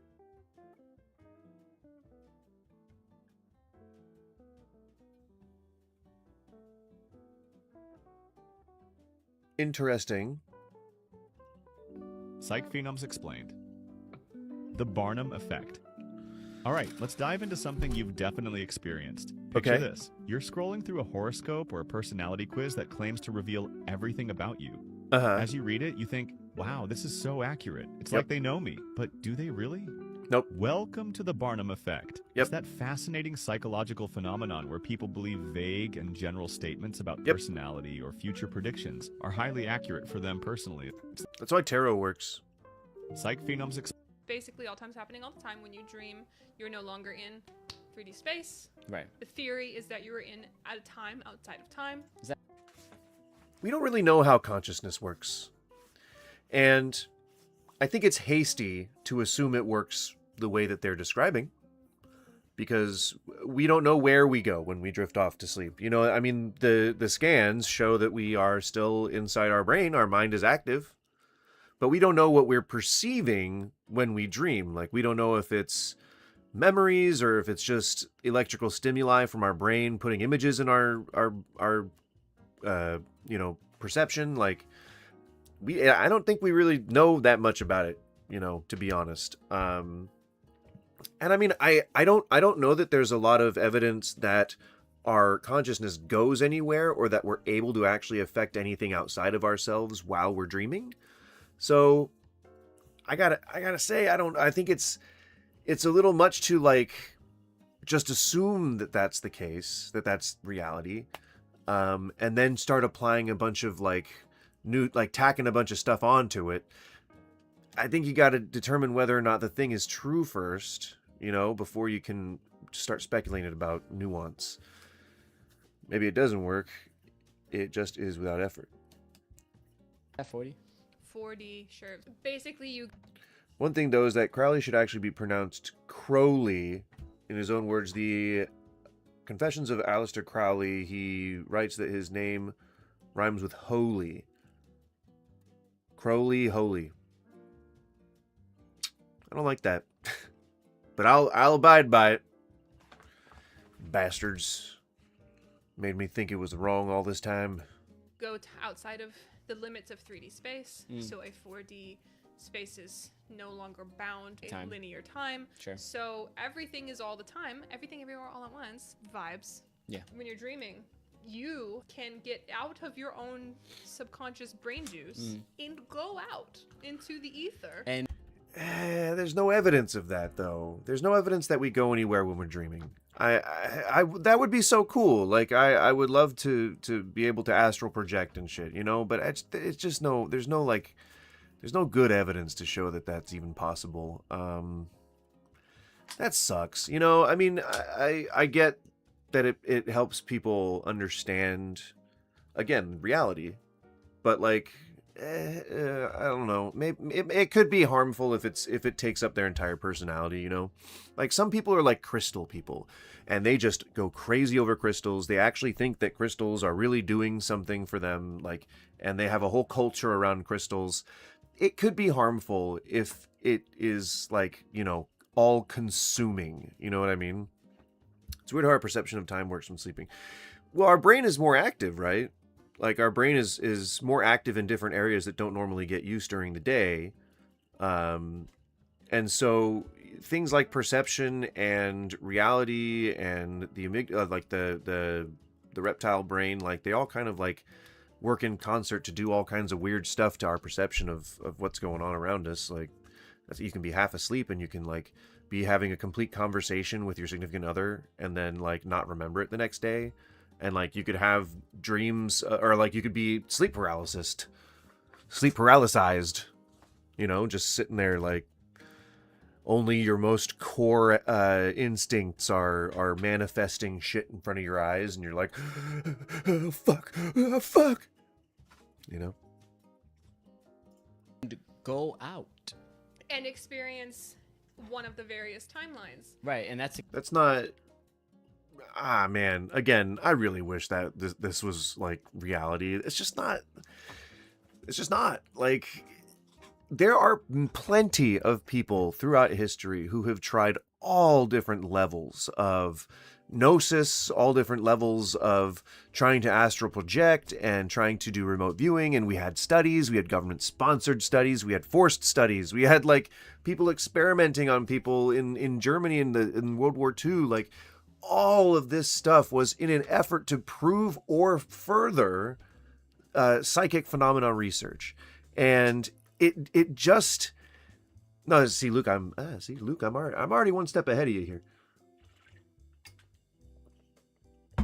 But it's like we just don't have the evidence. We just don't have it yet. And I've even tried to do like meditative perception, like when you try to heighten your level of perception, and it can work in terms of your understanding of what's going on, but it doesn't actually change anything about reality, and we don't have any evidence to show. And they're actually in those declassified documents, there are 2 accounts that are supposed to be the thing that prove remote viewing. They are incredibly well debunked by now.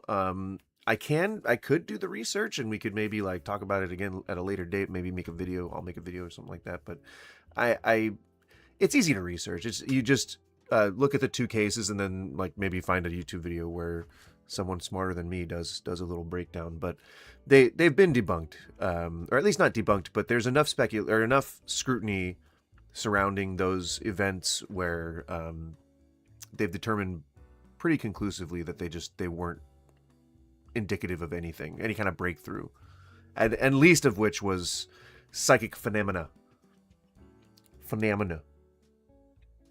I don't know anything about the Monroe Institute.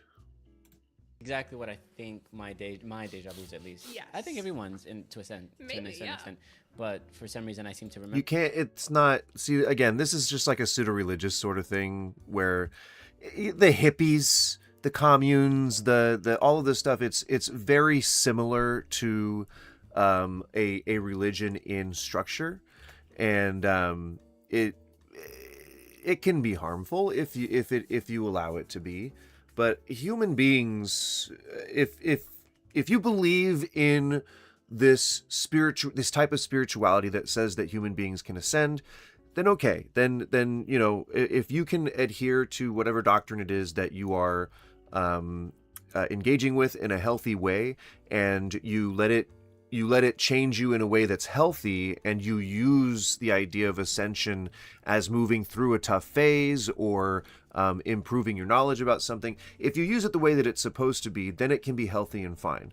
But if you're using it to try and separate yourself from other members of society and to appear smarter than you actually are, to appear more unique or more divine, or whatever the goal is, whatever you're lacking in your personality is, then that's unhealthy and that's a bad thing. So it's using the word ascend so casually, like, oh yeah, when humans ascend, like people have been getting into ascending lately.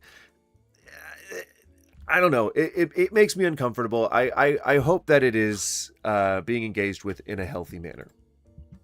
Remember it a little bit more? I think that's what deja vu is the experiencing of another timeline during a dream, and then we like. But there's just no. It's if we have not at this point been able to figure out how to move through time on an on-demand basis. Like, watch, I'm time traveling right now. Technically, I'm time traveling. We are at all times moving forward in time, at least moving. There is no forward and backward, if I was to really, really simplify things, but we are moving in one direction through time at all times as we move through space. So it's like the game Super Hot. If we were to intrinsically combine space and time together, then time would only move forward if we were moving forward. But we are not the only thing in the universe. Like our perception is not that we are the only thing in the universe, which kind of debunks the whole simulation thing. But it's if we were the only focus, life would be like Super Hot. But the universe moves around us. Molecular changes happen around us all the time. There are things being born and dying within seconds. The time it takes for us to take a breath. Things are moving and operating, and time is moving forward because those things are moving forward through space, doing whatever it is they need to do.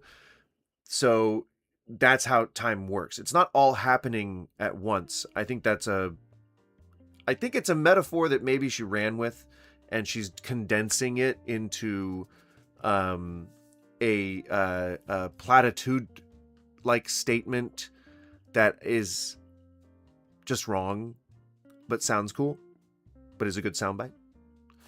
I'm surprised you haven't heard of the Monroe Institute. Yeah, I don't know. I don't know, man. I don't know everything, but I know a lot of things. I know a lot of a little bit. Or a little bit of a lot. Basically, all time's happening all the time. When you dream, you're no longer... So, no, it's not. But that would be so cool. That'd be so cool. If we could really, really time travel, that'd be so cool. But, I mean, we're all technically time traveling at any given moment. And if you can go faster or slower than the speed of light, then you are kind of a time traveling ace. And that's like if you go up in elevation or something like that, I think time moves slower the further away from gravity. I don't remember how that works, but it's a time dilation thing. I think so. The closer you are to a center of gravity, the faster time goes. I don't know. I'm not Planck, okay?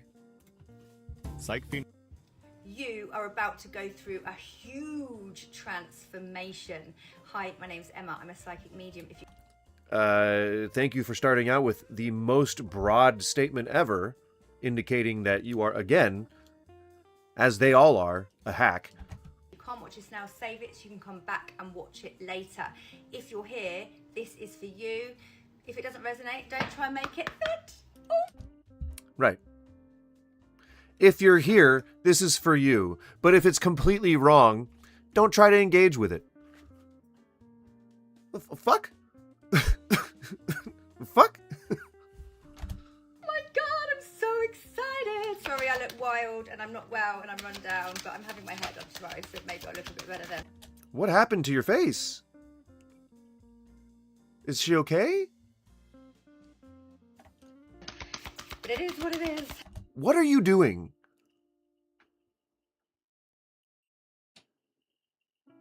What is she doing? Yes, interstellar, traveling around a black hole impacts time. Yeah, but that I'm trying to remember if it's time moves faster back at home if you go closer to the black hole. So I think an increase in gravity increases your perception of time, or increases your relative time. I think that's what it's supposed to be. But I'm not entirely sure. I think. Like I said, I know a little bit about a lot. It is what it is. Okay, lots of sensitive emotions going on with you at the moment. I'm getting really around your sacral chakra. So...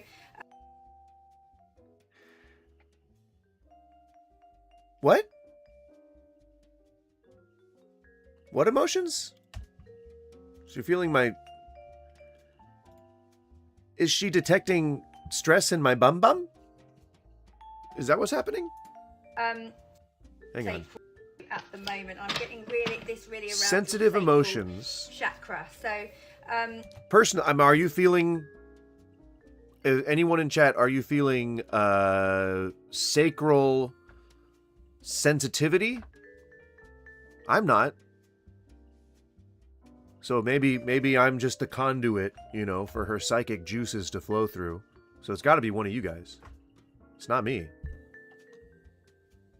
My sacral stress is very low.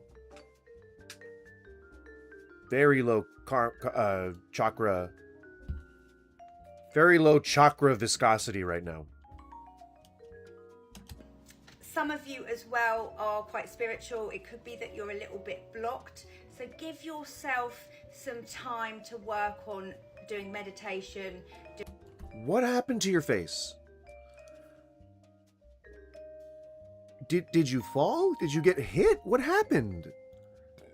And don't just tell me you walked into a door, honey, okay? That's like a dog bit you on the lips.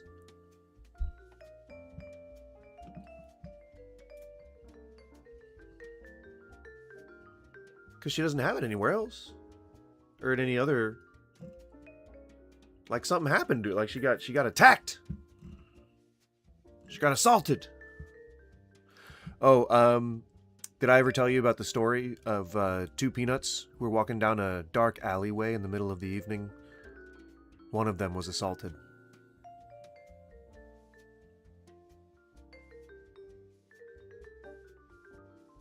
Ah? Ah! That was pretty good. That was real good. She had it for a couple.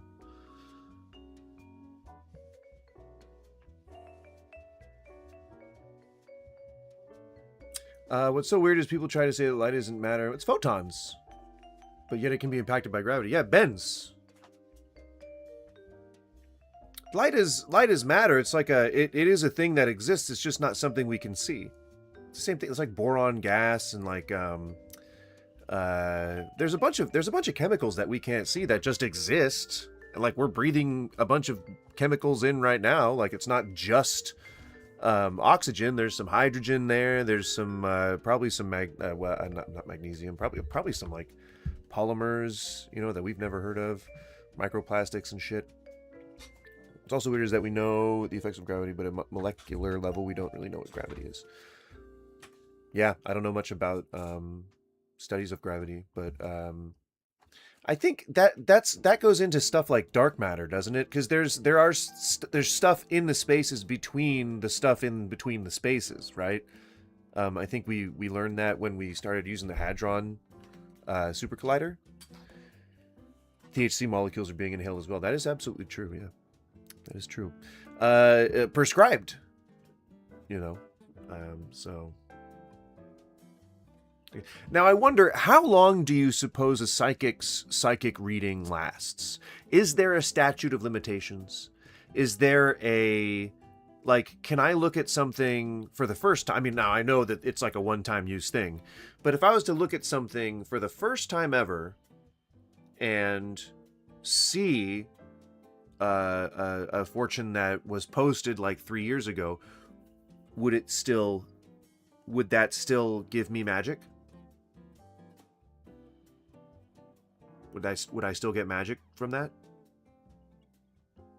And how does the system know? How does the universe know if I'm using more than one of these? Can't I just stack these?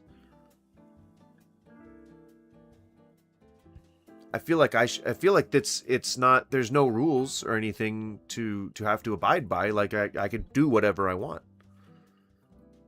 How's the universe gonna know? You know, the universe doesn't know everything. Doesn't know what I'm thinking right now. Fuck you, universe. I'm JK. Whatever God is the right one, I'm JK. Rowling. That's my name. JK Rowling. Yes, something like 50% of our matter is dark matter, which just means we have no way to observe or read it or something like that. Well, yeah. And isn't that scary? There's like there's just a non-zero chance that we could just completely dissipate at any second. Is that not existentially terrifying? There's a non-zero chance that we could phase through whatever surface we're standing on. Non-zero. There's a non-zero chance that if I was to try and walk through my wall, I'd be able to. Non-zero. Crazy, right? That's chaos theory, right? And I think that's like where that dark matter stuff starts to come in. It's like, because you have to figure out what's in that fucking void there. You got to figure out what's in there. And that's like the other side of statistics. That's like, you have to figure out what the other side of that 99.999% certainty is.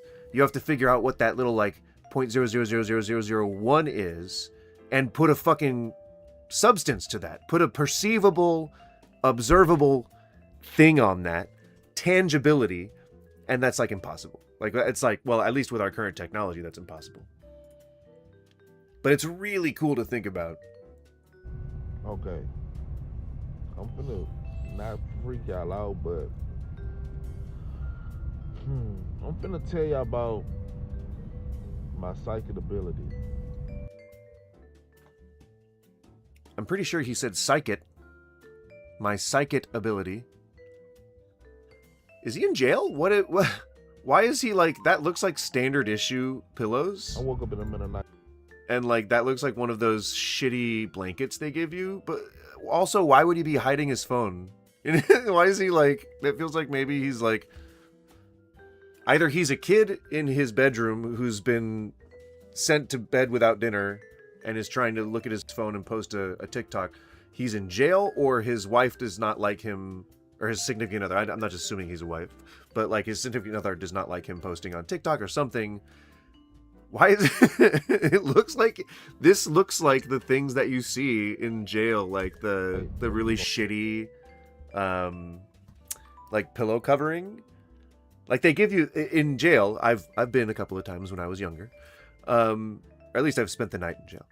The things they give you are like it's like a sheet that you're supposed to use for a pillow. It's just a smaller sheet. It has no body whatsoever. That looks like it has no body or support. And then they give you like a blanket, but it's like a thrift store blanket. It's like falling apart. I'll tell y'all what's going on. But that's what that looks like. 1 year ago, I got on my first magic mushroom trip. You can see me. So I think that there is some kind of cool sort of connection between hallucinogens and resulting in heightened perception. And we're talking about individuals who might be neurodivergent, who absorb chemicals differently, process chemicals differently, who see chemical signals differently. There is every chance that they may experience hallucinogenic episodes completely differently than non-neurodivergent people. And I'm not saying that either has increased awareness or perception or ability to be psychic. What I'm saying is that there are now two subsets of people who have completely different reactions to chemicals that we still don't fully understand, mixed in with all of the questions about whether or not psychic phenomena exists, but more importantly, about whether or not psychic phenomena can be tied to hallucinogenic experiences. And it's just there's a lot of noise there, but we can't figure anything out right now because we still don't know how consciousness works. But it's just interesting to note that there are so many accounts of a heightened perception of reality and a heightened prescience that it's hard to deny that there might be a connection between a heightened prescience and a higher perception and hallucinogenic experiences. Some would argue, and I think it's the strongest proponents of legalizing psilocybin and other hallucinogenic materials, some would argue that the more that you do psychedelics, the more in tune with the universe you become, and the higher your perception becomes. I believe Crowley also believed the same shit, although he thought that you could also get there through tantric methods and through ritual practices and fasting, which I think I've done that before and it works. I don't know necessarily how to describe a heightened sense of perception, but it does work. Gnosis or gnosis can actually be achieved, and that's an actual real measurable thing that we have done studies on. Jim Smith, are you Christian? I am not. But we've been able to determine that is a thing. Attaining a higher level of perception is a thing. And that's, again, the closest that we've come to. Those were the trials where they tried to look at the cards. That's the closest that we've ever come to proving that any kind of psychic phenomenon exists.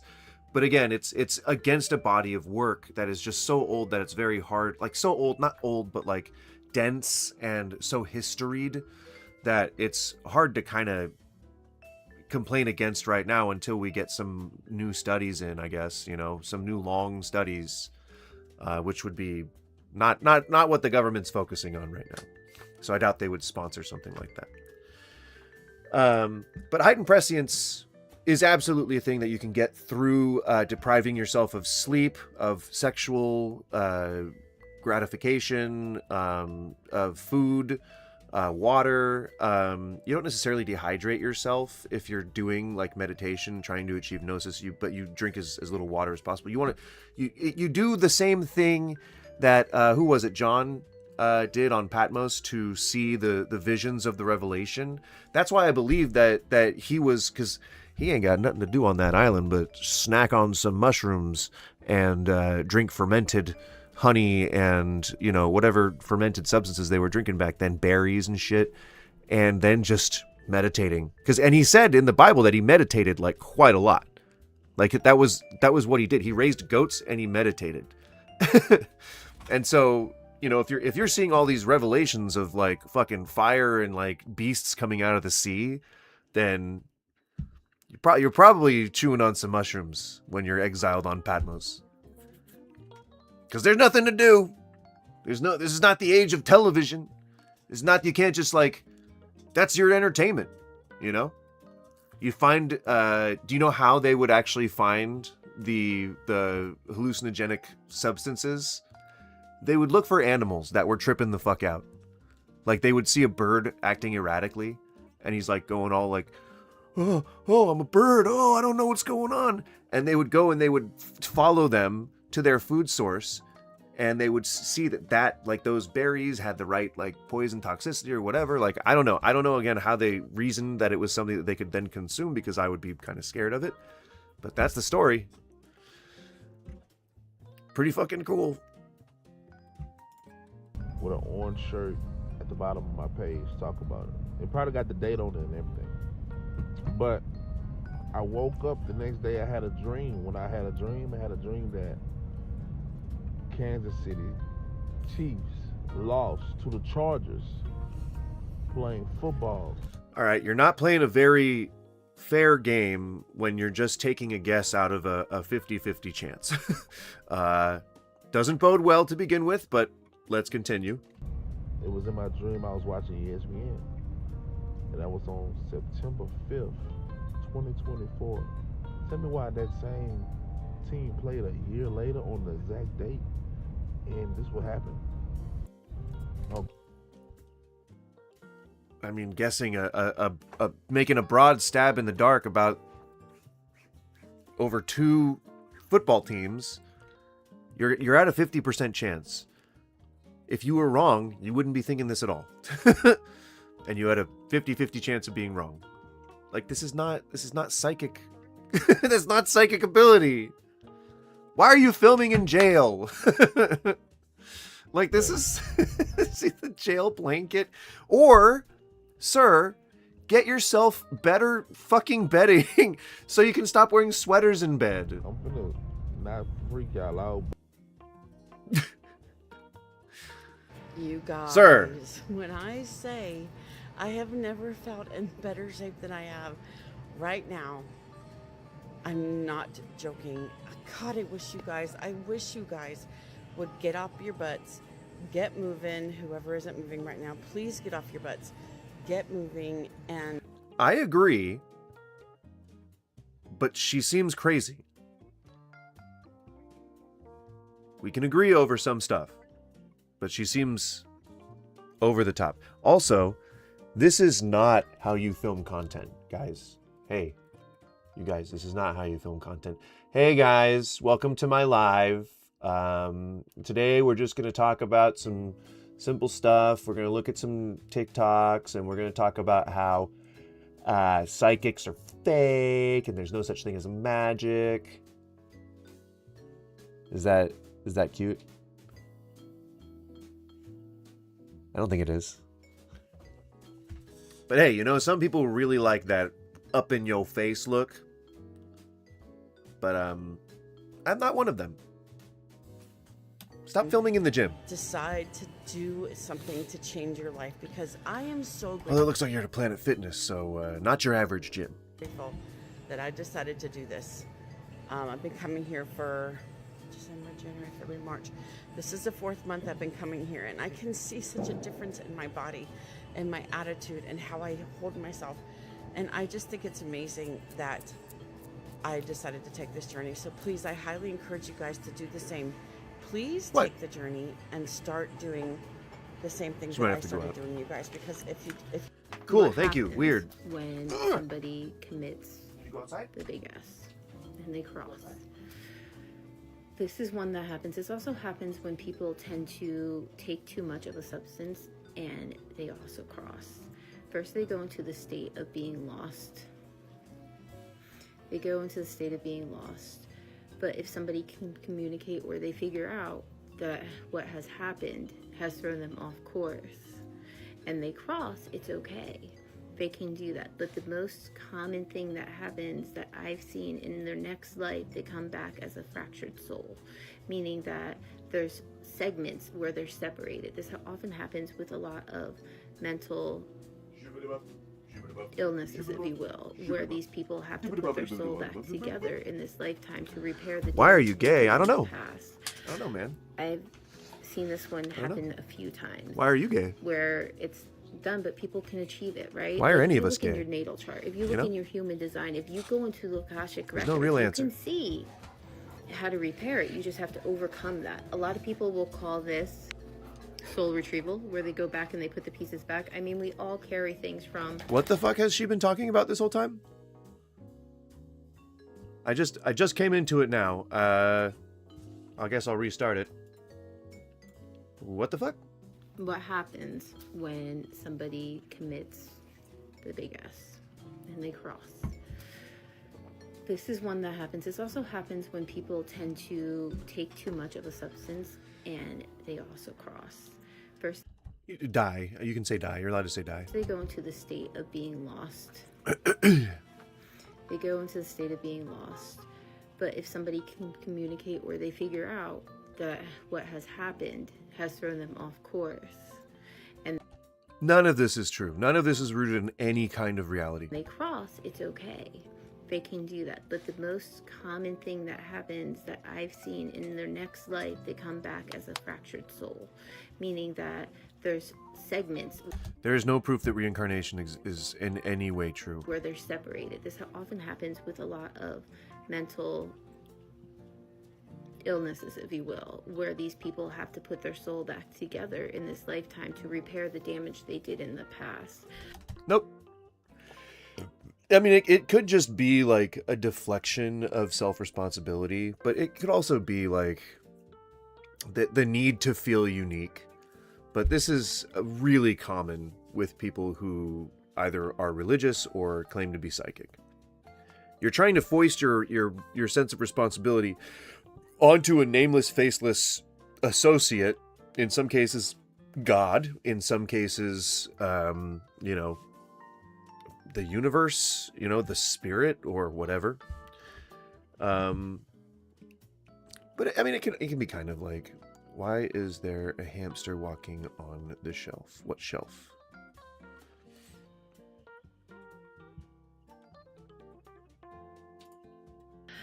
I've seen this one happen a few times, But yeah. where it's done, but people can achieve it, right? Like if you look in your natal chart, if you look in your human design, if Natal you go chart? into the Akashic records, Birth you chart, can I get see how to repair it. You just have to overcome that. A lot of people will call this soul retrieval, where they go back and they put the pieces back. I mean, we all carry things from the past lives that are karmic that we can correct and evolve. No, we don't.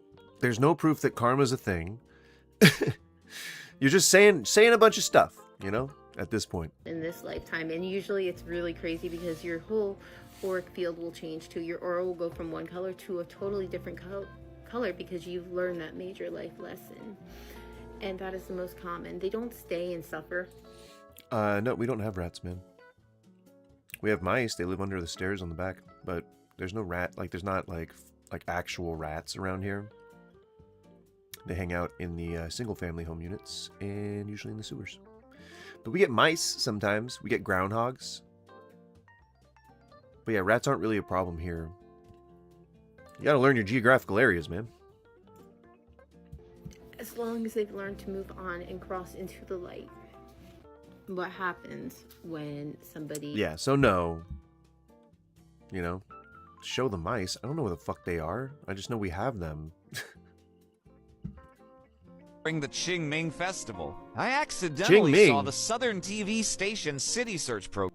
If you believe in psychics and mediums, listen up, because I have an appointment in 30 minutes with a Phoenix-based psychic medium. It'll be my 4th or 5th reading over the last 5 or so years. There are a couple that I do not believe in their abilities at all, and a couple that absolutely blew me. Then stop going!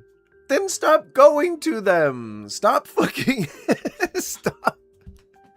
Stop paying for them, that's for damn sure. But stop going to them. If they don't work, if they're not helping, Don't go to them. Fuck. Way. So if you do God believe in damn. them, Maybe then this next one. follow me and set your notifications because I'll come back and report on how my reading went. Jesus but I'd also Christ. People who need people are the luckiest people in the world. Does anybody else like Barbra Streisand? Because you should. Because she's awesome. The Qing Ming Has she, what's she done?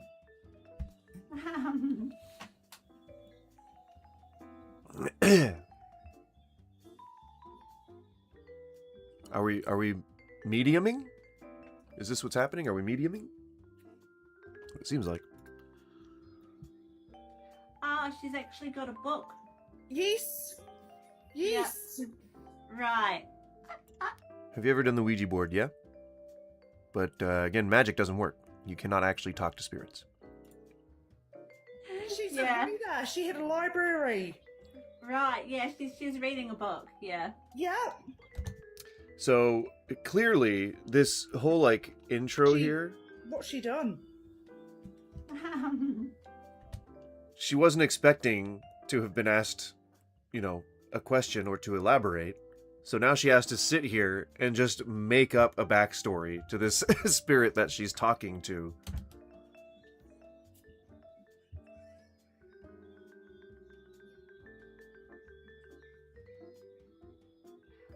She's actually got a... That was painfully long for any kind of psychic worth their salt. So nothing happened? No, nothing ever happens. And if anyone claims anything actually happened, it was they're either lying or they've been tricked. Or they're gullible themselves. Book. Yes. Yes. Yeah. Right. Right, so I have to think, what do I know about the person who I'm giving a psychic reading to? Maybe there's something, like, they told me something about a library once. Oh, I'm attaching to a book. Okay, here we go. Book. She's got a book. She's a reader. She had a library. Right, yeah, she's reading a book, yeah. Yeah. Lies. Cool. Lies. Yeah, she's just sort of, kicked back in a And she still hasn't figured out how to continue the lie. Like she just came up with library and that was good enough, and then she was like, oh yeah, cool, anything else? And she's like, she's kicked back. Single lounge chair reading. Yeah. Reading a book. Yeah. Oh my god. Awesome, eh? Now this is not real. She is scamming for whatever reason. You cannot talk to spirits. Laugh, because I know that she had a library. And she liked reading. Yeah, right. Wow. Well, hence, yeah, her reading right now. Yeah. Wow. Has she, what's she done? Oh dear. There's a level of dedication and commitment with this reading. There's also an air of mystery or the unknown. It's just always the same shit, isn't it? It's always the same fucking shit. God damn. There's a level of dedication and commitment with this reading. Why are you wearing a fucking rosary? Is that a rosary? There's a level of dedication and commitment with this reading. What the fuck does that mean? Does that mean that you're saying that the person who you're giving the reading to is going to experience increased feelings of dedication and commitment? No, because that would be too specific. Instead, there is some nebulous fucking concept that we now are going to try and find some way to fit to ourselves so that we get a chance to put this guy on a goddamn platform. Have you watched Invincible? Yes. But what does that mean? There's a level of dedication and commitment with this reading? It's so nebulous. It's so meaningless. It's so broad that literally everyone can affirm, oh yeah, this is exactly just like me. Yeah, totally. Next one too. There's also an air of mystery or the unknown. There's an air of mystery or the unknown. For who? For me? For you? For the reading? For the cards? For the fucking world around us? You're not even being slightly specific. You're being so fucking vague that there's every reason to believe that it's just more scams, more scams. But you're not letting it get to you. The overall message of this reading, we have successful... What the fuck even is that? Are people making community chest cards for tarot decks now? Why are we adding to the already innumerable complexity that exists in fucking tarot readings? People make them so complex in their inner workings because it's nothing. Because they maybe they get bored, they have to fill the noise, or they have to fill the empty space somehow, or they get like disenfranchised because other people are doing tarot readings, or because people are exposing them for being frauds. Whatever the fucking case is, you gotta stop adding to things. Like that.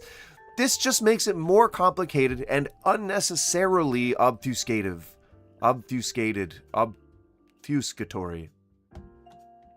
Career and the sun, which represents fortune and fame in this deck. It's always about fortune and fame. You're going to come into a windfall of cash. Keep your eye on your bank account. Don't sell that crypto stock just yet. Tone it down a bit if that fits better. It doesn't have to be fame and fortune, but however that... Right. Whatever makes sure that I'm making this the most broad and overall meaningless thing that I can make up. ...how to apply in your life. This is incredibly competitive in some way, but there's also a new beginning in the sun. Why are you just covering every single base? Just make a different video for each section. Just say like, I'm really understanding, or I'm really taking from the cards that there's some calm and understanding in your world coming soon. Like something's going to happen to you soon that gives you a sense of calm and understanding. It could be a traumatic incident. It could be something positive, but I'm just seeing the end result here. I'm seeing you looking more satisfied with your life than you were currently, or than you were just before we did this reading even. See what I'm saying? Like, you can just say something like that and then make that video and put it up and then do another video that says, I am now sensing a little bit more about, the thing that you can expect coming up. It seems like I'm noticing a crown on that head of yours. I'm noticing you standing in front of crowds, but this all seems like metaphor to me. Perhaps you're going to get an increase in power, authority at your job. Maybe you're going to see, grow your family a little bit. Maybe you're going to be a family head figure to, a new family or something. Like you're going to marry into a family, whatever. Like, I'm trying to make shit up, but you get what I'm saying. Like, it brings opulence of all kinds. Do different videos. Don't like. There's still 2 minutes of this left. What else are you going to be able to fit into it? Why is your desk covered with cards? That's not how the readings have ever worked. Deck. Nothing on earth can live without the sun. That accompanied with good old-fashioned competition and sportsmanship, and the Ace of Cups. Perhaps an emotional new beginning, or just a... Yeah, either a real new beginning or an emotional new beginning. We got to make sure that I cover those bases as well. Fulfillment of one's sort of drive and the things that make people. It's very, you feel fulfilled in what you're doing, you feel confident in the direction you're taking, and your passion only grows from here. You decide to stick with something, to dedicate to something, and you might be being observed by personal readings in the shop. Full reading on Patreon. Link in bio. That they're of a massive stature or powerful stature. You have the Emperor and the Hierophant. I mean, these would be considered figures of authority that could perhaps change your life. I'm not sure. You're taking a very open approach. My God, and there's a sense of being studious and, probably already knowledgeable, but in some ways learning. What do you do? Why are you throwing more cards down? What are you doing? You fucking scammer. You fucking charlatan. What are you doing? This guy sells readings. Fuck you. Holy shit. Tarot readings are not real. Magic is, I mean, right, they're not, the readings are not, the results are not real. It's all speculation, it's all guesses. They try to reduce the chance that they're wrong as much as possible, but it's all just based on either your tells or the information they already know about you, or just average, statistics about people, pattern recognition, whatever the fuck it is. It's all a scam. Jesus fucking Christ. This isn't even how you pretend to do it. It's all pretend. But there are people who are way more serious about it, who actually take the scam seriously and do it in a very structured way, because if it looks chaotic, if it looks like it doesn't, if it's too messy and it's too too broad and too all encompassing, then you're not going to interest people, because they're going to think it's low class, or they're going to think that it's not something that's unique. If you elevate it, and if you make it a spectacle, and if you make it something that looks like it has an air of authority to it, then people will respect it, and therefore they'll line up for it. So like, if you're trying to scam people, don't do this. This is like the AI version. This is like asking an AI, how do I scam people, and then following its directions exactly. Like, that fucking thing does not know better than anybody else how to scam people. You just go and do the things that have worked for centuries. Because that's what all this divination bullshit is in the first place. You can't talk to God. You can't talk to spirits. You can't do magic. None of this shit is real. And so you have, now we have to just take a bullshit pile of lies and try to put other shit on top of it, like doing things new ways and having fucking appendix cards to bring up to illustrate fucking nuances that don't need to be illustrated, that don't fucking exist in the first place. Sorry, I'm ranting. But you get what I'm saying. Not cool. This stuff harms people. And on that bright note, we're going to leave it for today. I've got a lot of shit to do. And tomorrow I may not stream. I'm not sure actually what reality holds for me. They're going to shut off the water, and I've got a few errands to run, so I don't know what my timing's going to be like. But we'll play it by ear. Start at 9-ish. That's been the rule since we started streaming. It's worked out fine, because I end up streaming anywhere from 8 a.m. to 11 a.m., so it's a really broad window. But yeah, thanks for hanging out. Short one today, I guess. A little over 2 hours. Have a good day, guys. Thank you so much. Hope your day is wonderful. I hope you guys don't die in any car accidents, or get struck by lightning or anything like that, or get stung by a bee. Do not get stung by a bee today. I wish that upon you, good brothers and sisters. Bye-bye.